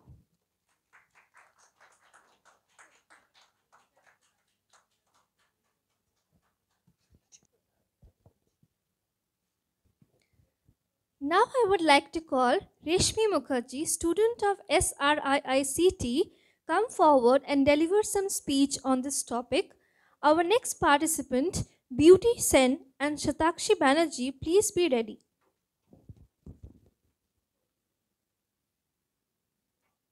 Good evening, ladies and gentlemen. Myself, Reshmi Mukherjee, a student of Sri Ramakrishna Institute of Indian Culture and Therapy. At present, I am pursuing postgraduate diploma in applied psychology and counseling. My heartfelt gratitude to our chairperson, Madam Shumita Mukherjee, and our principal, Ma'am, Dr. Professor Nobonita Mukherjee, for giving me the opportunity to participate in this national seminar on child and women mental health. As we all know, today's topic of speech is role of counseling and psychotherapy in childhood depression and anxiety. I would like to start my speech with a famous quote of Kate Middleton, which says, "A child's mental health is just as important as their physical health and deserves the same quality of support." And the role of psychotherapy can be well understood by this famous quote of C.G. Jung. The principal aim of psychotherapy is not to transport one to an impossible state of happiness, but to help the client acquire steadfastness and patience in the face of suffering. Beneath every behavior of a child, there is a feeling, and beneath every feeling, there is a need. When we meet that need, rather than focusing on the behavior, we begin to deal with the cause and not the symptom. Counseling and psychotherapy is very helpful in treating children suffering from depression and anxiety. Psychologists, counselors, therapists all try to give clinical treatment and help to channelize one's negative thoughts to positive ones. They help to find out the path of living in a better way. That is why professional help is important. Now, ladies and gentlemen, let me tell you briefly about the symptoms of depression and anxiety in children. Clinical depression, as we all know, is a mental health disorder characterized by persistent depressed mood or loss of interest in activities, causing significant impairment in their daily life. Occasionally, being sad or feeling hopeless is a part of every child's life. But when children feel persistent sadness and hopelessness, they may be diagnosed with depression. However, childhood anxiety can make a child feel scared, panicky, embarrassed, or ashamed, which is an understandable reaction in children to change or a stressful event. But for some children, anxiety affects their behavior and thoughts on a daily basis, interfering with their school, home, and social life. This is when you may need professional help to tackle it before it becomes a more serious issue. It's very essential for the family to be involved in the child's treatment of depression and anxiety so that the parents can learn how to support their child and help them practice new skills at home. Please note that long-term anxiety can severely interfere with the child's personal development, family life, and schooling. Now, I would like to talk about what counseling and psychotherapy does. Hello. Counseling and therapy doesn't offer magic answers or simple miracle cures. It also doesn't give instant fixes or simple answers. A promise of overnight success without you having to do anything to get it. So, you will have to make commitment to change. The overall benefits of counseling and psychotherapy can be summed up. It helps the client to overcome certain problems such as many mental disorders like depression, anxiety, etc. It also helps in obtaining solution to problems for which the client is seeking help. It also helps in developing the skills for improving relationships. Thank you, all of you, for hearing me with so much patience. Have a great time ahead with good mental and physical health. Thank you.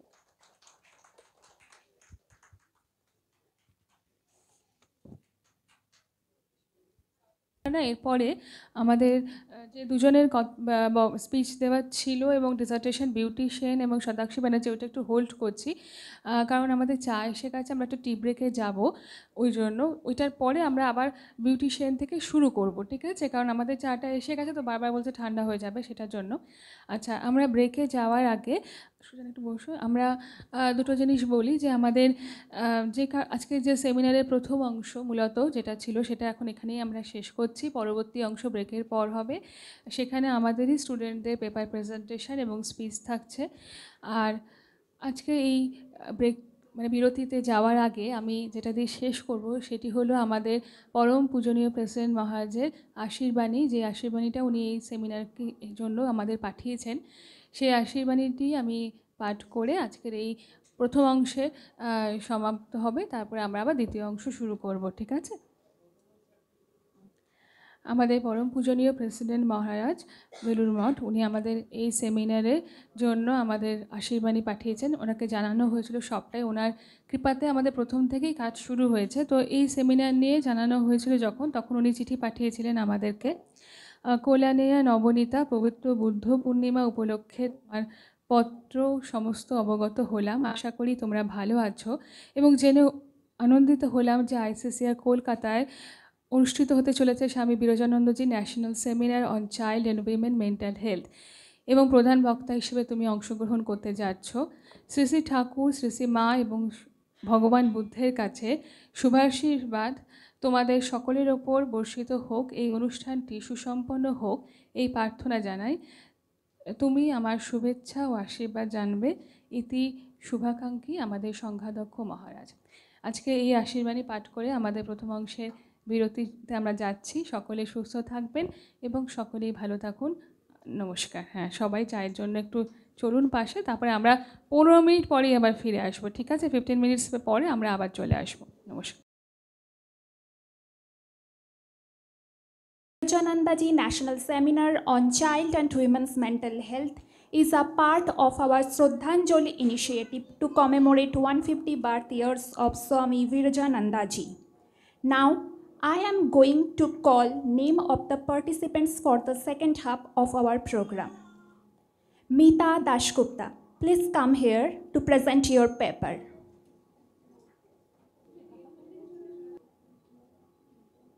কারণ আজকে স্পিচটা থেকে বিরত থাকলেন, তাই পরবর্তী যে আছে beauty থেকে শুরু করো Kartik. I am now calling Beauty Sen to present her paper and deliver her speech.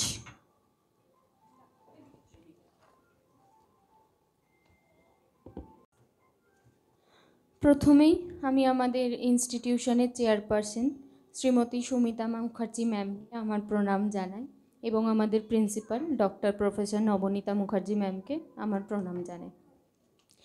আমরা আজকে একটি বিশেষ কারণে এখানে সমবেত হয়েছি। এই মাসটি হলো মেন্টাল হেলথ অ্যাওয়ারনেস মান্থ। এই মাসের এই বিশেষ একটি দিনে আমরা জীবনের একটি বিশেষ অংশকে নিয়ে আলোচনা করব। মানসিক স্বাস্থ্য বলতে আমরা বুঝি যে আমাদের মন ভালো থাকলে আমরা সকলেই ভালো থাকব। আমাদের মন যদি ভালো থাকে আমরা তাহলে আমাদের জীবনের প্রত্যেকটি দিন উপভোগ করতে পারবো।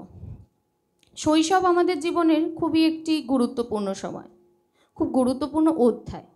এই সময় যদি শিশুর মানসিক সমস্যা হয় তাহলে কিন্তু সে তার জীবনটা উপভোগ করতে পারবে না। আমরা বড়রা অনেক সময় ভাবি যে বাচ্চারা আবার কিসের মন খারাপ, ছোটদের আবার কিসের মানসিক সমস্যা, কিন্তু ছোটদেরও মানসিক সমস্যা হয়, তারাও ডিপ্রেশন, অ্যাংজাইটির মতো মানসিক সমস্যায় ভোগে। বড়রা অনেক সময় বলে যে বাচ্চা ঠিকমতো খাচ্ছে না, ঘুমোচ্ছে না, বদমাইশি করছে, পড়াশোনায় মন দিচ্ছে না। আবার অনেক সময় দেখা যায় বাচ্চারা অনেক সিচুয়েশনে ভয় পায় বা কথা বলতে চায় না, নিজেকে গুটিয়ে রাখে। এই সবই কিছু কিন্তু ডিপ্রেশন, অ্যাংজাইটি এই ধরনের অসুখগুলোর সিমটমস। কিন্তু বড়রা বলে এখন তো ছোট আছে, ও বড় হলে আবার ঠিক হয়ে যাবে। কিন্তু এই মানসিক সমস্যাগুলোই তার জীবনে বেড়ে ওঠার ক্ষেত্রে কিন্তু অনেক সমস্যা হয়ে দাঁড়ায়। তাদের সঠিকভাবে বৃদ্ধি হয় না এবং তারা মানসিক যন্ত্রণায় ভোগে, যেটা কিন্তু তাদের পরবর্তী জীবনে অর্থাৎ অ্যাডোলেসেন্স পিরিয়ডটাতে গিয়ে খুব সমস্যা হয়ে দাঁড়ায়। অনেক সময় দেখা যায় এই সব কারণে অনেক যুবক যুবতী তারা কিন্তু সুইসাইড অ্যাটেম্প্ট করে, শুধুমাত্র এই ছোটোবেলা থেকে দীর্ঘদিনের এই মানসিক সমস্যাগুলোকে অবহেলা করার জন্য। বাচ্চারা কিন্তু মানসিক সমস্যা সম্পর্কে সেইভাবে ওয়াকিবহল থাকে না, কিন্তু মা বাবাদের বোঝা উচিত যে এগুলো শুধু তাদের বদমাশি না, এগুলো তাদের মানসিক সমস্যা। ছোটোবেলা থেকেই যদি মা বাবা বাচ্চাদের এই সমস্যাগুলোকে চিহ্নিত করে তাদেরকে সাইকোলজিস্টের কাছে নিয়ে যায়, তাহলে কিন্তু তারাও একটা সুস্থ জীবন পেতে পারে। বাবা মায়েদের উচিত তাদেরকে বকাঝকা না করে তাদের সাথে ভালো সময় কাটানো, তাদের সাথে খেলাধুলা করা, তাদেরকে পড়াশোনায় সাহায্য করা, তাদের হবিগুলো তাদের এনকারেজ করা, তাদের অ্যাক্টিভিটির সাথে যুক্ত রাখা, যাতে তারা মানসিক সমস্যা থেকে বিরত থাকতে পারে। বাবা মা যদি অতিরিক্ত বকাঝকা করে, সেই ছোট বাচ্চাটা কিন্তু তার মা বাবাকে গিয়ে বলতে পারবে না তার মনে কোনো অসুবিধা হলে, বা স্কুলের বন্ধুদের সাথেও সবটা শেয়ার করতে পারবে না, কারণ সে তো সোশ্যালাইজডই হবে না। সে যদি সোশ্যালাইজ না হয়, সে কী করে বাকিদের সাথে গিয়ে কথা বলবে বা মিশবে? তাই বাবা মাকে তাদের সাথে বন্ধুত্বপূর্ণ সম্পর্ক করে তুলতে হবে। বাবা মা যদি শিশুর সাথে বন্ধুত্বপূর্ণ সম্পর্ক করে তোলে, তাহলে শিশু সব কথা তার বাবা মাকে মন খুলে বলতে পারবে এবং তাদের সমস্যা থেকে বিরত থাকতে পারবে, এবং ডিপ্রেশন, অ্যাংজাইটির মতো সমস্যাগুলো থেকে কিন্তু বেরিয়ে আসতে পারবে। প্রয়োজনে বাবা মাকে কিন্তু কাউন্সিলরের সাহায্য নিতে হবে, বিভিন্ন সাইকোথেরাপির সাহায্য নিতে হবে। থেরাপিস্ট এবং কাউন্সিলর কিন্তু শিশুদেরকে এই সমস্যা থেকে বের করে আনতে পারে। শিশুদের সঠিক সময় এই সমস্যাগুলিকে চিহ্নিত করে শিশুরা যদি সঠিক চিকিৎসা পায়, তাহলে আমার মনে হয় তারা কিন্তু একটা সুস্থ এবং সুন্দর জীবন ফেরত পেতে পারে। নমস্কার। থ্যাংক ইউ বিউটি, ভালো হয়েছে। আমি ডিজার্টেশনটা দেখবো, পরে জানাবো। ঠিক আছে। Thanks, Beauty, for delivering your speech. The next participant is Shatakshi Banerjee. Please come here to deliver your speech. I request Joita Odhikari and Shuchana Chatterjee to be ready with your papers as your turn come next. Good evening. I am Shatakshi Banerjee, student of SRIICT. I would like to thank Dr. Nobonita Mukherjee ma'am to provide us this opportunity. Now I will share a speech on childhood depression. Childhood depression is not the same as a temperamental child who is occasionally depressed or disturbed. Children, like adults, experience blue or gloomy moments. Emotional ups and downs are typical. However, if those sensations and behaviors persist for more than 2 weeks, they may indicate an affective illness such as depression. What is depression? Depression is a mood disorder that causes feelings of sadness, irritability, and hopelessness. It may have an impact on your sleep, appetite, or interpersonal connections.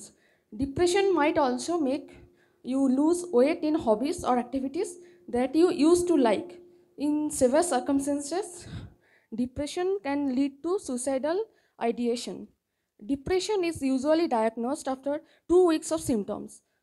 Only a healthcare provider should examine, diagnose, and treat it. Despite the fact that depression is a serious medical disease, it is typically treatable. People of all ages, including children, can suffer from depression. Depression is distinct from children's mood swings, which occur naturally as they mature and develop. The condition can have an impact on how kids connect with their friends and family. It could make it difficult for them to enjoy things like school, sports, hobbies, or other typical kid activities. Anxiety and depression frequently coexist in children. A medical disorder known as anxiety produces feelings of fear, panic, or worry over ordinary circumstances. Children's melancholy or anxiety may occasionally be attributed to growing pains, but we should speak with a healthcare professional if we have any worries about behavioral or mental health. Among the most prevalent mental health issues in children are anxiety and depression. 7% of kids between the ages of 3 and 17 are anxious. About 3% deal with depression. What causes childhood depression? Multiple factors may contribute to childhood depression. These risk factors alone could not fully explain the mood illness, but they could still have an impact. These risk factors increase the child's chances for developing depression. Physical health. Children with chronic or severe medical conditions are more likely to be depressed. This includes obesity. Stressful events, changes at home, at school, or with friends can increase the child's risk for depressive symptoms. Environment. A chaotic or stressful home life can put a child at greater risk for a mood disorder like depression. Family history. Children who have family members with mood disorders or depression may be more likely to develop depression at a young age. Biochemical imbalances. Uneven levels of certain hormones and chemicals may impact how the brain works. This can increase the risk for depression. Risk of childhood depression. Childhood depression is a serious condition, but it is treatable. However, if it is not treated, children may experience consequences for many years to come. These complications include suicidal thoughts or behaviors, worsening symptoms, increased risk of developing depression that's worse or prolonged later. Severe depressive episodes, other mood disorders. The signs of depression in children are parents should look out for the following signs of depression in children: behavior problems at school, changes in eating or sleeping habits, feelings of sadness or hopelessness, lack of interest in fun activities, low energy levels or general tiredness, mood changes such as irritability. Signs of anxiety in children may include anxiety about the future, fear of being away from a parent, physical symptoms of panic such as sweating or dizziness.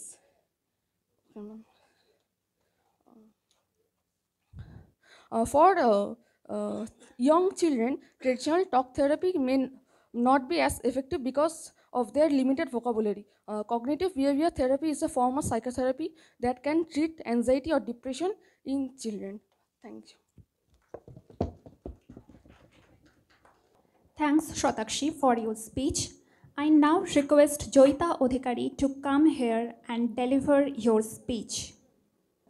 Mentaĺ psychology and counselling কোর্সের আমাদের student, এবং জয়িতার যেহেতু এমএসসির পরীক্ষা চলছে তাই জন্য ও এই বিষয়ের যে পেপার প্রেজেন্টেশন এবং স্পিচ এই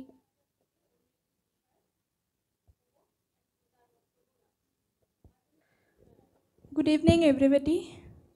আজ ম্যাম আমাকে একটু অন্যরকমের একটা টপিকে বলতে বলেছিলেন, যেটা অবশ্যই চাইল্ড মেন্টাল হেলথের সাথে রিলেটেবল। আমি আমার বক্তব্য শুরু করার আগে নবনীতা মুখার্জি ম্যামকে এবং আমাদের চেয়ারপারসন সুমিতা মুখার্জি ম্যামকে প্রণাম জানিয়ে আমার বক্তব্য শুরু করছি। আমার টপিকটা হচ্ছে effect of parental separation on child and tin mental health. Separation, বাবা এবং মায়ের সেপারেশন কেন হয়, তার পিছনে অনেক রকম কারণ হতে পারে। Misunderstanding, domestic violence, extra marital affair, অনেক কিছুই হতে পারে। এবার সেটা কখন হচ্ছে? ছোটোবেলায় অনেকে ছোটোবেলা থেকেই ফেস করছে বাবা মায়ের মধ্যে অশান্তি বিভিন্ন কারণে, সেটা গিয়ে একটা টাইমে ডিভোর্স বা সেপারেশনের জায়গায় দাঁড়ায়। সেটা যদি অনেক ছোটোবেলায় হয় তাহলে ছোট থেকেই সমাজের বিভিন্ন মানুষের কাছে, আত্মীয় স্বজনের কাছে তারা বিভিন্নভাবে অনেক রকম কথা শুনে আসে। সেইটা যেরকম তাদের উপর একটা নেগেটিভ ইম্প্যাক্ট ফেলে, একইভাবে যদি বড় বয়সে হঠাৎ করে এরকম কোনো ঘটনা ঘটে সেটা কিন্তু আরও বড় এফেক্ট ফেলে। যেরকম টিনেজার যারা, তাদের মধ্যে ইগোসেন্ট্রিজম প্রচণ্ড থাকে। ইগোসেন্ট্রিজমের জন্য কি হয়, তারা নিজেদের ডিসিশন নিতে শুরু করে এই বয়সটাতে, 14 থেকে 17 বছর বয়সের যারা টিনেজার থাকে। কিন্তু তাদের ডিসিশনগুলো ডিপেন্ড করে অন্য মানুষদের জাজমেন্টের ওপর। কে কী ভাবলো, লোকে কি বললো, এই জিনিসগুলোর ওপর প্রচণ্ড বেশি ম্যাটার করে তাদের ডিসিশনগুলো। এই কারণে যখন তারা বাবা মায়েদের সেপারেশনের জন্য অন্য মানুষদের মুখ থেকে বিভিন্ন কথা শোনে এবং তার পাশাপাশি নিজেদের বিভিন্ন নতুন নতুন সম্পর্কের ভাঙা গড়া এইসবও লেগে থাকে, সেখান থেকে একাকিত্ব আসে, সব কিছু মিলিয়ে এমন একটা অবস্থা তৈরি হয় তারা ডিপ্রেশন, অ্যাগ্রেসিভনেস, ইরিটেবিলিটি থেকে শুরু করে ড্রাগ অ্যাডিকশনের দিকে অবধি চলে যায়। কেউ কেউ সুইসাইডের মতো একটা বড় রকমের ডিসিশন নিয়ে নেয়। এই যে সমস্যাগুলো টিনেজার এবং বাচ্চারা সবাই ফেস করে আসছে সেপারেশনের জন্য, সেইগুলো কিন্তু খুব সহজেই তাদেরকে যে নেগেটিভ ইম্প্যাক্টগুলো তাদের সাথে হচ্ছে সেইগুলো থেকে বের করে আনতে পারে। সেটা কি, কিছু সাপোর্ট, সেটা বন্ধুদের সাপোর্ট হতে পারে, পারিবারিক যারা আত্মীয় স্বজন রয়েছে তাদের সাপোর্ট হতে পারে, সোশ্যাল সাপোর্ট। সেইটা হলে কিন্তু তারা এই সুইসাইড বা ড্রাগ অ্যাডিকশন বা কন্ডাক্ট ডিসঅর্ডারের মতো অবস্থাগুলো থেকে বেরিয়ে আসতে পারে। এছাড়া টিনেজ কাউন্সিলিং বলে আরও একটি আমাদের সাইকোলজিতে একটা পার্ট রয়েছে, যেটার মাধ্যমে টিনেজারদের এই যে নেগেটিভ ইম্প্যাক্ট হচ্ছে সেপারেশনের জন্য, সেইগুলো থেকে সহজেই বার করে আনা যেতে পারে। কারণ তাদের বোঝাটাই ভুল হয়ে যাচ্ছে। যেরকমভাবে একটা মানুষ, একটা মেয়েও যেরকম একা সেপারেশনের পরে লড়ছে, একটা ছেলেও, তারও কিন্তু সবসময় যে একজনের দোষ, একটা ছেলের জন্যই সেপারেশন হয় বা একটা মেয়ের জন্যই সেপারেশন হয় সেটা নয়, বিভিন্ন রকম কারণে হয়।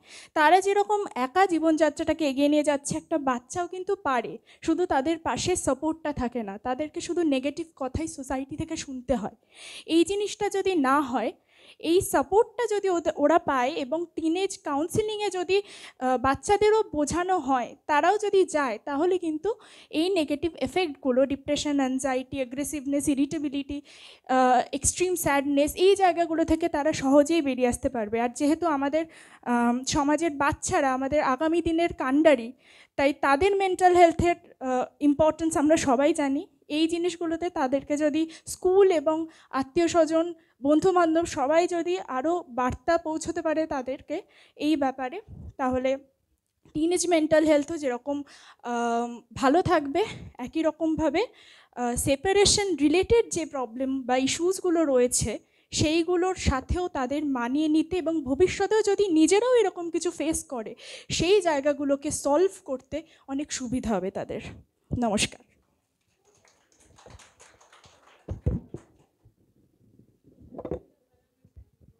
so much, খুব ভালো লাগলো। Joita, for delivering your speech on marital disharmony and parents' separation and its impact on children's mental health. I now request Suchona Chatterjee to present your paper and deliver your speech. I request Shormishtha Dash and Shudipa Mondol to be ready with your papers as your turn comes next. I am Suchana Chatterjee, student of SRIICT. Today, I am going to speak on the topic childhood depression and anxiety, role of counseling and therapy. I would like to extend my sincere thanks to SRIICT and to our principal Dr. Nobonita Mukherjee ma'am and Srimati Shumita Mukherjee for giving me the opportunity to present my paper and speech on this topic. Mental health refers to an individual's ability to negotiate the daily challenges and social interaction of life without experiencing undue emotional or behavioral incapacity. Mental health is more than just the absence of mental disorder. It can be affected by many factors. We see adults suffering from various mental health issues and many a times consult psychologists or therapists. As adults, we can speak out our emotions and feelings to friends, family, or a trained professional. Have we ever thought about children who can also suffer from various mental health issues? Childhood period is a complex one. A child do suffer from anxiety issues such as separation anxiety, social anxiety or phobias during childhood, but goes away when the child reaches adulthood. Not all mental health issues resolve by time. It can become persistent and hampers the child's growth and well-being. Some of the factors can be due to genetic and inadequate nurturance, family environment, or maternal ill health. Children cannot express their feelings and emotions as much as an adult do. They are unable to understand what and why they are feeling in that way. Hence, parents and caregivers sometimes overlook or misinterpret the issues. A child suffering from mental retardation and autism can experience depression and anxiety. Depression and anxiety are most common mental health disorders in children. About 7% of children aged 3 to 17 have anxiety issues. About 3% deal with depression. The common symptoms are feeling of constant sadness, anger, social withdrawal, being clingy, changes in appetite, and lacks confidence. As parents, it is important to provide proper nurturance and care to a child suffering from depression and anxiety. A school environment can help a child to tackle all the odds and can teach how to relieve stress and anxiety. The role of counselors come into light when the issues of depression and anxiety reaches moderate stage. Through talk therapy and various therapies, a counselor can help a child come out from the issues. Being mentally healthy during childhood means reaching developmental and emotional milestones and learning healthy learning environment, social skills, and how to cope when they are in problem. Therefore, if any symptoms of depression and anxiety is seen, reach out for help immediately. The earlier any problem is detected, the better it becomes to treat it. Thank you. Thanks, Shuchona, for presenting your speech.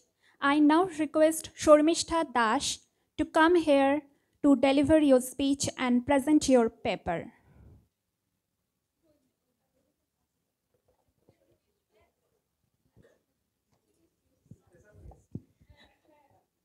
Good evening.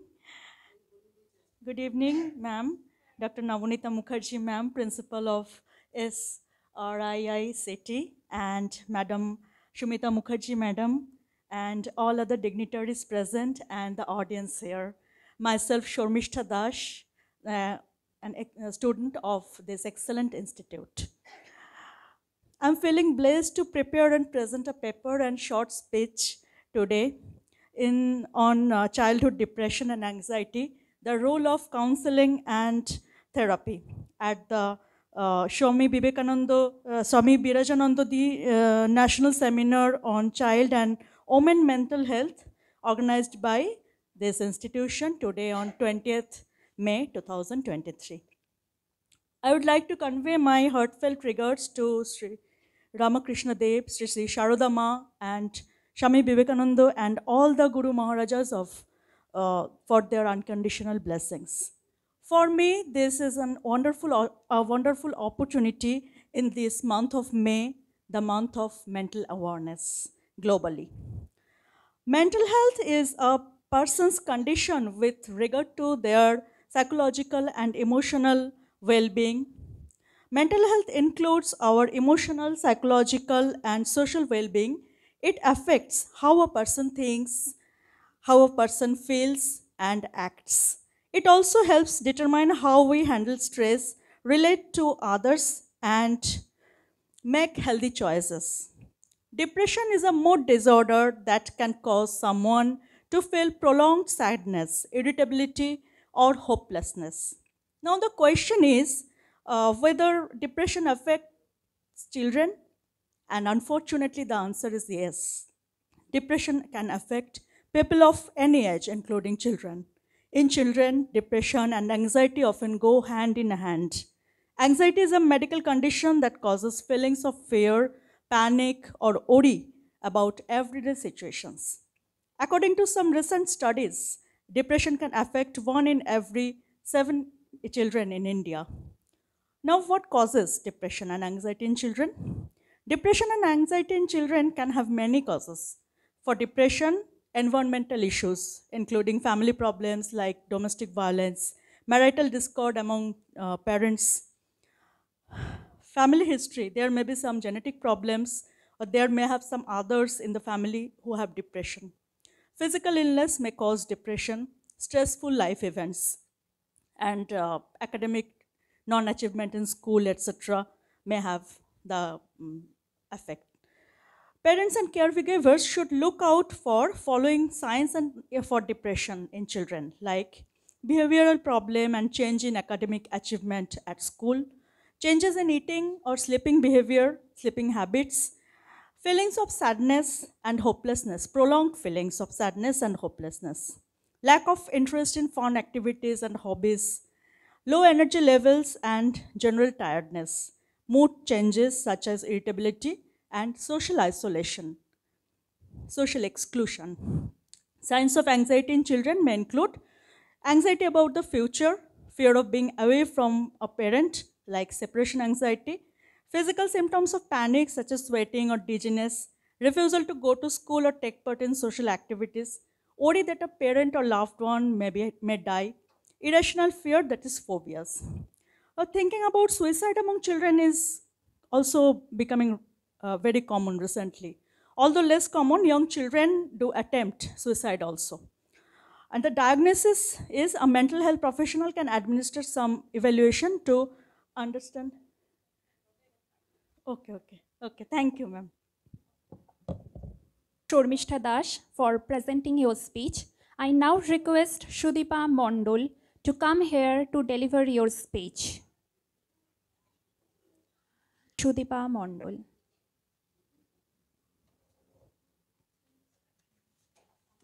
শুভ সন্ধ্যা সকলকেই জানাই। প্রথমেই ঠাকুর, স্বামীজি এবং শ্রী মায়ের চরণে আমার ভক্তিপূর্ণ প্রণাম জানাই। Madam Nabanita ম্যাডামকে আমার কৃতজ্ঞতা ও নমস্কার। সুমিতা ম্যাডামকেও আমার নমস্কার এবং কৃতজ্ঞতা এই অনুষ্ঠানে আমাকে ডাকার জন্য। অ্যাকচুয়ালি আমি এক্স স্টুডেন্ট, তবে এক্স স্টুডেন্ট বলতে আমার ভালো লাগে না, আমি এইখানকারই স্টুডেন্ট। তো যাই হোক, আলোচনার মধ্যে যাই। আজকে অনুষ্ঠানটা মূলত অ্যাংজাইটি এবং ডিপ্রেশন বাচ্চাদের মধ্যে আমরা কিভাবে দেখি। অ্যাংজাইটি, ডিপ্রেশন এই শব্দটা আজকাল আমাদের সকলের কাছে অত্যন্ত পরিচিত, আমরা যারা বয়স্ক মানুষ আর কি। কিন্তু এমন একটা সময় এসছে যে বাচ্চাদের মধ্যেও কিন্তু এই রোগটা ছড়িয়ে পড়ছে। অনেক সময় মুড ডিসঅর্ডারের মধ্যেও কিন্তু এই অ্যাংজাইটি এবং ডিসঅর্ডারকে আমরা মনে করে ফেলি একই রকম, কিন্তু মুড ডিসঅর্ডার বা অ্যাংজাইটি বা ডিপ্রেশন এরা কিন্তু সম্পূর্ণ আলাদা। অনেক সময় হয় কি, কোনো একজন ব্যক্তির মধ্যে এই দুটো মানসিক রোগ একই সময় উপস্থিত হতে পারে এবং তাদের কাজকর্ম এবং জীবনযাত্রায় সাংঘাতিকভাবে অ্যাফেক্ট করতে পারে। কী কী কারণে এখন এই অ্যাংজাইটি একটা বাচ্চার মধ্যে দেখা যেতে পারে সেটা একটুখানি বলে নিই। একটা বাচ্চা পরিবারে যখন জন্মগ্রহণ করে, সেই পরিবারটা কিন্তু তার ব্যক্তিত্ব গঠনের সবচেয়ে গুরুত্বপূর্ণ বিষয়। সেই পরিবারে যদি বাবা মার মধ্যে ঠিক মতন ভাব ভালোবাসা বা কোয়ার্ডিয়াল ব্যবহার না থাকে, একটু সুখ একটু শান্তি যদি না থাকে, সেই বাচ্চা কিন্তু সহজেই এই অ্যাংজাইটি বা ডিপ্রেশনের শিকার হতে পারে। এছাড়া হঠাৎ করে কোনো বন্ধু মৃত্যু, কোনো বাচ্চাটির কোনো একটা প্রিয় বন্ধুর মৃত্যু বা বাড়ির কোনো প্রিয় সদস্য যে বাচ্চাটির তার মৃত্যু, এই আকস্মিক মৃত্যু কিন্তু বাচ্চাটির মধ্যে এই ধরনের রোগ সৃষ্টি করে। এছাড়া অর্থনৈতিক কারণ আছে, সামাজিক কারণ আছে, স্কুল লেভেলে যেটা বুলিং আমরা বলি, অনেক সময় বুলিংয়ের যেটা হয় বাচ্চাদের ক্ষেত্রে, সেই ক্ষেত্রে কিন্তু স্কুলে বাচ্চাটি অ্যাংজাইটি বা ডিপ্রেশনের শিকার হতে পারে এবং পড়াশুনোর ক্ষেত্রে পিছিয়ে যায়। এবং এছাড়া আরও নানাবিধ কারণ আছে, আমি অত ডিটেলসে যাচ্ছি না। এই সমস্ত কারণেই অ্যাংজাইটি বা ডিপ্রেশন একটা বাচ্চার মধ্যে দেখা যেতে পারে। আর এক্ষেত্রে বাবা মার গুরুত্ব কিন্তু মানে অনস্বীকার্য। বাবা মা সর্বপ্রথম বাবা মার কি করণীয়, যে বাচ্চাটাকে সময় দিতে হবে। সময় দিয়ে সে যে তার যে ফিলিংস, যার যে বক্তব্য, কেন সে ইরিটেট, কেন সে খেতে চাইছে না, কেন সে বন্ধুর সাথে মারামারি করছে স্কুলে, কেন সে পড়াশুনো করছে না, এইগুলো কিন্তু তার কোথায় অসুবিধা সেটা কিন্তু সময় দিয়ে শুনতে হবে বাচ্চার কাছ থেকে। এবং তার মধ্যে শুরু থেকেই একটা ভালো অভ্যেস, সব কিছুতেই খাওয়া দাওয়া, তার জীবনযাত্রার একটা ভালো অভ্যেস তৈরি করতে হবে। সবচেয়ে গুরুত্বপূর্ণ, তার চাহিদাগুলোকে রিয়েলিস্টিক ইয়েতে আনতে হবে, যে সে যেন এমন কিছু ডিম্যান্ড না করে বসে যেটা বাবা মার পক্ষে দেওয়ার সম্ভব নয়। এইটা কিন্তু একটা বাচ্চাকে মানুষ করার শুরুতেই সেটা বুঝিয়ে দিতে হবে যে তুমি কি চাইবে, যেটা তোমার পূরণ হতে পারে। এছাড়াই বলা যেতে পারে যে যদি খুব দরিদ্র ঘরের বাচ্চাটা হয় এবং দেখে স্কুলে গিয়ে বন্ধুদের মধ্যে অনেক জিনিস আছে, আমার ওই জিনিসগুলো কেন নেই, এখনকার দিনে এটাই সবচেয়ে বড় সমস্যা হয়ে দাঁড়িয়েছে। যে এই জন্যে কিন্তু একটা বাচ্চা সহজেই কিন্তু স্কুল লেভেলে এই অ্যাংজাইটি বা ডিপ্রেশনের শিকার হয়ে যেতে পারছে। এছাড়া সিমটম কি আমরা দেখি এই সমস্ত বাচ্চাদের, দেখা যায় যে স্কুল লেভেলে সে বাচ্চাটা মোটেই পড়াশুনো করে না, ছুটে ছুটে বেড়ায়, এবং অন্যরা যখন ক্লাসে বসে থাকে তখন কিন্তু তাদের নানাভাবে বিরক্ত করে। বাড়িতেও অন্য ভাই বোন থাকলে তাদের সাথে মারামারি করে। এছাড়া okay, thank you. Shudipa Mondol for delivering your speech. I now request Tanima Mukherjee to come here to present your paper and deliver your speech. I also request all participants to limit your speech by 5 minutes only. আমাদের জীবনে সবচেয়ে হাসি খুশি দিনগুলি উদযাপিত হয় ছোটবেলায়।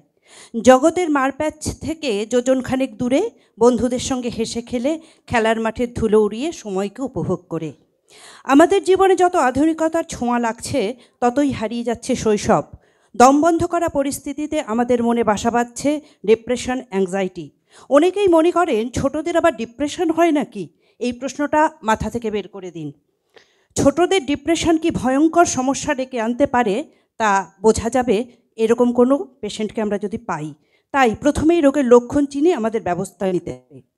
সারাক্ষণ রেগে থাকা, প্রতিনিয়ত মন খারাপ থাকা, রিজেকশন মেনে নিতে না পারা, হঠাৎ করে খিদে কমে যাওয়া, ঘুম কমে যাওয়া বা অত্যাধিক ঘুমোনো, হঠাৎ করে চিৎকার করে কেঁদে ওঠা, মনোযোগ দিতে সমস্যা, সবসময় ক্লান্তি, মাথা ব্যথা, বন্ধুদের সঙ্গে মিশতে না চাওয়া, সবসময় ভুলের ভয় পাওয়া, চিন্তাভাবনা করতে সমস্যা হওয়া, বারবার আত্মহত্যা বা মৃত্যুর কথা বলা, এ ধরনের কোনো লক্ষণ দেখলে অবশ্যই সন্তানকে মনোরোগ বিশেষজ্ঞের কাছে নিয়ে যান।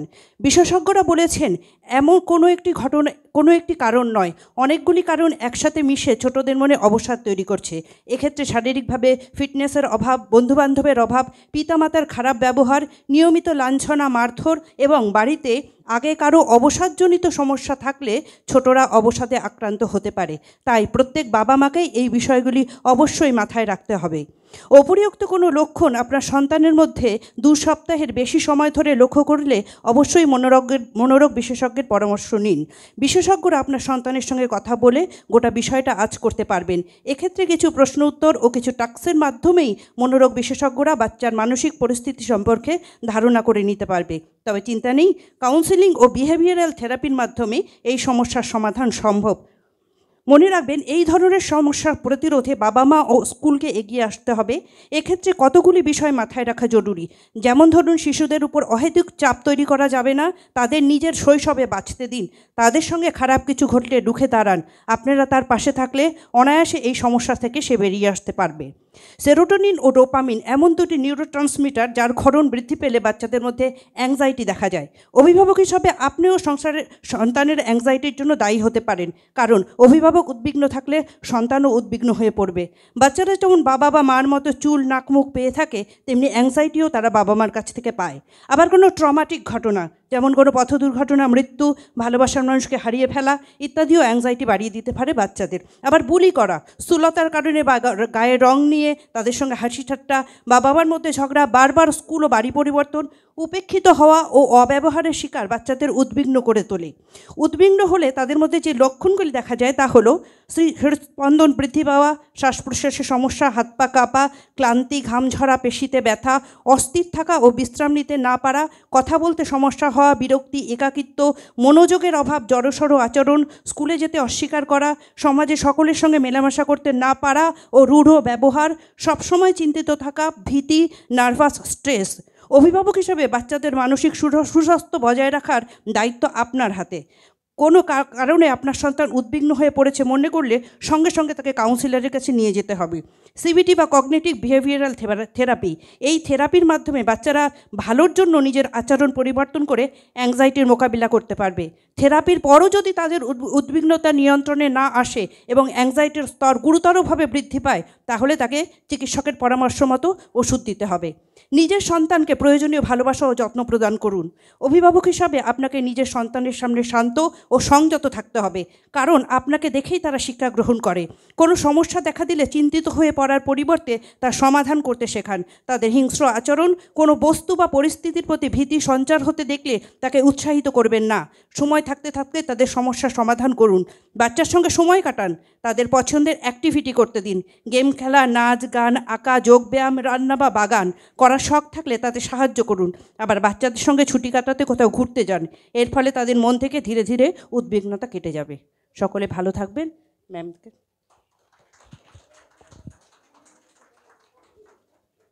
Thanks to Tanima Mukherjee for delivering your speech. I now request Subarna Ray to deliver your speech and present your paper. I wish to be ready with your papers as your turn come next after Subarna Ray. Thank you, Shumita ma'am. Thank you, Namrita ma'am, for being our support. Hello all, I'm Shubarna, student of Alternative Studies. So now I'm going to start my speech with a quote. Once John F. Kennedy said that children are the world's most valuable resource and it's the best hope for the future. Although most people think of depression as an adult's illness, children and adolescents can develop depression as well. Unfortunately, many children with depression go untreated because adults don't recognize they are depressed. Depression in children is called disruptive mood dysregulation disorder. The cognitive development of every child is unique. The cognition influences his various skills that govern his interaction with the society. Here, psychology plays a pivotal role. Psychology, being the scientific study of the human mind at its function, is becoming a more prominent study in young ages. A child's healthy development depends on their parents and often caregivers who act in a role of parents. Nourishing and loving care build a strong foundation, helping a child to develop the social and emotional skill they need to lead a happy, healthy, and fulfilled life. Counseling is a way of helping children to solve their own emotional, social, personal, or interpersonal problems. Counseling is not giving advice or solving problems on behalf of children. The counseling guides the children to look at problems with objective way. Nowadays, globally, people are opening up about depression, from celebrities to players, from common man to renowned writers. Now I want to conclude by sharing a view of Swami Vivekananda about children. He said the child should be given freedom to grow according to his or her nature. He said, you cannot teach a child any more than you can grow a plant. All you can do is on the negative side. You can only help. You can take away the obstacles. Best knowledge comes out of its own nature. Thank you. Thanks, Subarna Ray, for presenting your speech. I now request Shumona Roy to come here to deliver your speech.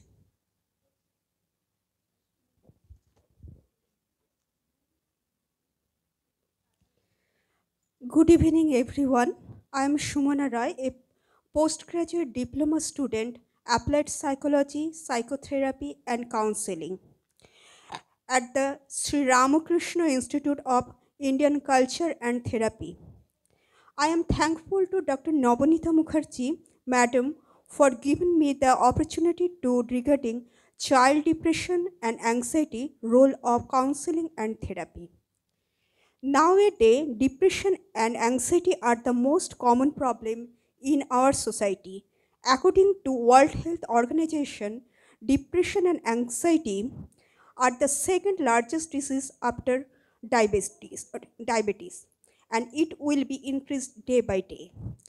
In a 2021 UNICEF survey, over 14% of 15 to 24 years old in India reported frequently feeling depressed or disinterested.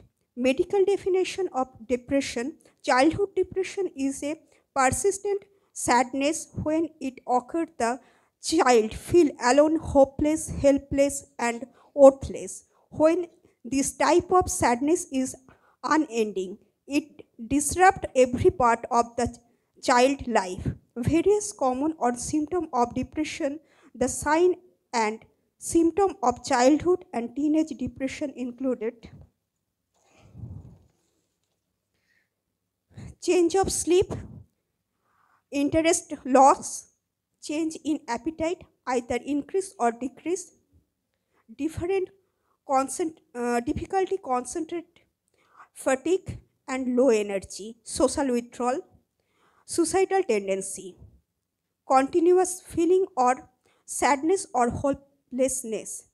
If anybody suffer from 3 or 4 indications, so they are suffering from depression. It should be noted that if depression is detected at an early stage, most of the cases can be managed with non-medical treatment. At the early stage of the onset of the case can be managed with non-medical treatment. Treatment of anxiety and depression in childhood and teens.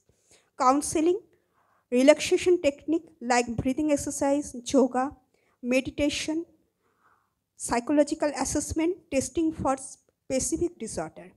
A child counselor is a mental health professional who specializes in helping child and adolescent overcome social, emotion, and psychological issue. Counseling often supports children by helping them manage anxiety, depression, grief, and other issues that adults commonly face. So, proper treatment, counseling, and therapy, depression and anxiety can be cured and manageable. Thank you. Thanks, Shumona, for coming here and delivering your speech. I now request Swarnali Biswas to come here to present your paper and deliver your speech. I will not deliver the speech, so I now request Shuchira Nondi Purokayastho, our next participant, to come here to deliver your speech.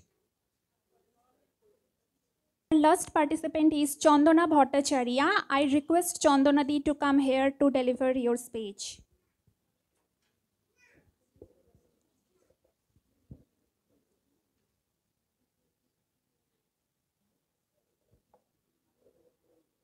নমস্কার, শুভ সন্ধ্যা। প্রথমেই ধন্যবাদ জ্ঞাপন করব Shri Ramakrishna institute of Indian culture and থেরাপির সমস্ত মানুষজনকে, আর আমার principal ma'am Nabanita ma'am, আমার সাইকোলজির গুরু, ওনার কাছে আমি সত্যিই কৃতজ্ঞ। এত সুন্দর একটা অপরচুনিটি আমাকে দিয়েছেন তার জন্য সত্যি। আর সুমিতা ম্যামকেও প্রণাম, নবনীতা ম্যামকেও প্রণাম জানিয়ে আজকের আমার স্পিচ দিয়ে শেষ হচ্ছে, এটা আমার কাছে অনেক বড় পাওয়া।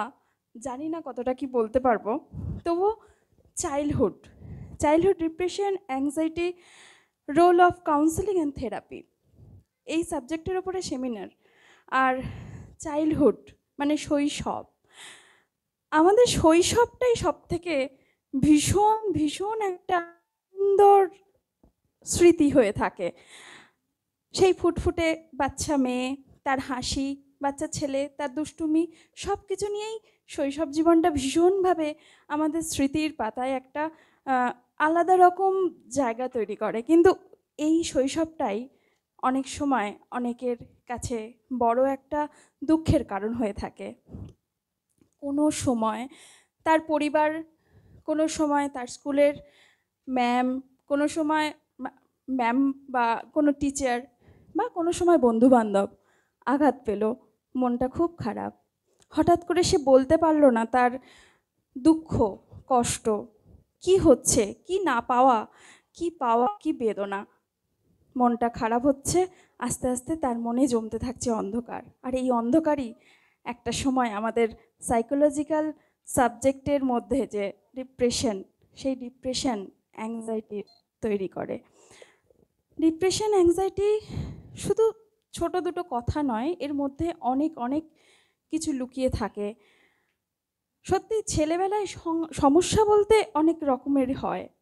হ্যাঁ, পরিবারের সমস্যা হতে পারে, যেটা আমাদের সবাই অনেকেই বলেছেন যে বাবা মা সেপারেশন ভীষণ বড় একটা দায়িত্বপূর্ণ সমস্যা আমাদের ছোটোবেলার ডিপ্রেশন অ্যাংজাইটির মধ্যে।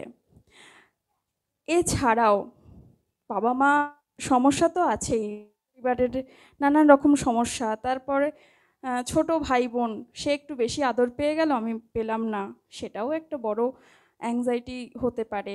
তার মধ্যে বিভিন্ন রকম বিষয়ে বিভিন্ন রকম সমস্যা, পরীক্ষায় নম্বর কম পেয়েছি, বন্ধুরা হাসাহাসি করছে, অবশ্যই আমাদের মনের কোণে, মানে আমার শৈশব বেলার আমার বাচ্চা বন্ধুদের মনের কোণে অন্ধকার জমতে থাকছে।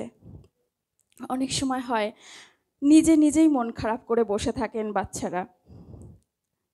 কিন্তু কি বলুন তো, এই সব সমস্যা যদি আমরা আজকে সমস্যাগুলো নিয়ে বসে থাকতে দিই, তাহলে কিন্তু সত্যি সেই বাচ্চাটা হয়তো পরবর্তী জীবনে একটা নতুন আলো খুঁজে পেতে পারে না। তাই আমাদের পরিবারের, আমাদের বাবা মার, আমার ভাই বোনের সবারই কিন্তু দায়িত্ব, তার মনটা খারাপ হচ্ছে কি একটু দেখা, একটু সচেতন হওয়া। আর আমাদের সঙ্গে তো আছেন আমাদের সাইকোলজিস্ট, আমাদের বিভিন্ন থেরাপিস্ট, তাদের কাছে একটু নিয়ে যাওয়া। এটা কিন্তু লজ্জা নয়, এটা কিন্তু কোনো রকমভাবে কোনো সমস্যা সমাধানের পথ নয় যে আমরা লুকিয়ে রাখবো। বিভিন্ন রকম talk therapy, cognitive therapy, behavioural therapy, family therapy, সমস্ত রকমের থেরাপি আছে। আপনারা প্লিজ সচেতন হন, খুব ভালোভাবে শৈশবটাকে বাঁচিয়ে রাখুন। ধন্যবাদ। Their speeches, we have come to the last part of our program. I now request Dr. Nobonita Mukherjee ma'am to conclude the program with the formal vote of thanks. Over to you, Nobonita ma'am. নমস্কার। আজকে আমাদের স্বামী Virajanandaji national seminar on child and women mental health আজকে এখানেই শেষ হলো। আমাদের ইনস্টিটিউশনের পক্ষ থেকে, আমাদের ইনস্টিটিউশনের প্রত্যেক সদস্যর পক্ষ থেকে আজকে এই সেমিনারে যারা যারা অংশগ্রহণ করেছেন এবং আমাদের সাথে যারা আছেন, আমাদের সমস্ত পেশেন্টস, আমাদের স্টুডেন্টস এবং আমাদের সবাইকে, আমাদের সাথে যুক্ত আমাদের শুভার্থী সবাইকে জানাই আমাদের আন্তরিক শুভেচ্ছা, ভালোবাসা। এবং আমাদের সাথে পবিত্রবাবু প্রাণারাম চ্যানেল থেকে আছেন, ওনাকেও জানাই আমাদের আন্তরিক শুভেচ্ছা এবং শুভকামনা। প্রাণারাম চ্যানেলটি আমাদের কাজের প্রথম থেকে আছে, সত্যি কথা বলতে গেলে তারাও ঠাকুরমায়ের আশীর্বাদ জন্য, ওনাকেও আমাদের আন্তরিক শুভকামনা জানাই এবং শুভেচ্ছা জানাই। আমাদের সাথে ছিল আমাদের ফটোগ্রাফার যারা, তানিয়া, তাদেরকেও অনেক ভালোবাসা জানাই। মানুষ নিজের কাজে প্রতিষ্ঠিত হোক, মন ভালো থাকুক, সবার এটাই প্রার্থনা করি। এবং আমাদের ইনস্টিটিউশনের যারা বোর্ড এক্সামস দিয়েছিল, আমাদের পেশেন্টস যারা ভালো রেজাল্ট করেছে থ্রু কাউন্সিলিং, শুধু কাউন্সিলিংয়ের মাধ্যমেই তারা ভালো রেজাল্ট করেছে বলবো না, পরিবারের সাপোর্ট সব কিছু, এবং আমাদের সাহায্য যারা নিয়েছে বিভিন্ন বোর্ড এক্সামসে যে রেজাল্টগুলো বেরোচ্ছে, এবং তারা প্রত্যেকে প্রায় যারা আমার কাছে দেখিয়েছেন ঠাকুরমার কৃপায় বলতে পারি প্রত্যেকেই 93%, 92% অ্যাভাব পার্সেন্টেজ নিয়ে বোর্ড এক্সামে উত্তীর্ণ হয়েছে। এটা আমার কাছে ভীষণ বড় খবর। এবং অনেকে মাধ্যমিক থেকে ICSE, CBSE যেসব বোর্ডের রেজাল্ট বেরিয়েছে, তো সেই সকল যারা আমাদের সাহায্য নিয়েওছেন তাদের জন্য, তাদের বাবা মার জন্য আমাদের অনেক শুভেচ্ছা। এবং যারা এই বোর্ড এক্সামসগুলোতে উত্তীর্ণ হয়েছে প্রত্যেককে আমাদের আন্তরিক শুভেচ্ছা জানাচ্ছি। এবং সবশেষে আবারও শ্রী শ্রী ঠাকুর, মা এবং স্বামীজির কাছে প্রণাম জানিয়ে, আমাদের গুরু মহারাজদের প্রণাম জানিয়ে এবং পরম পূজ্যপাদ বিরজানন্দজি মহারাজের শ্রীচরণে প্রণাম জানিয়ে আমাদের বক্তব্য শেষ করছি। এবং শ্রী শ্রী ঠাকুর, মা এবং স্বামীজির কৃপা সকলের ওপর বর্ষিত হোক। মা কৃপা করুন, সকলের মন ভালো থাকুক, শরীর ভালো থাকুক, সকলে সুস্থ থাকুক, এই প্রার্থনা করি। জয় মা। নমস্কার।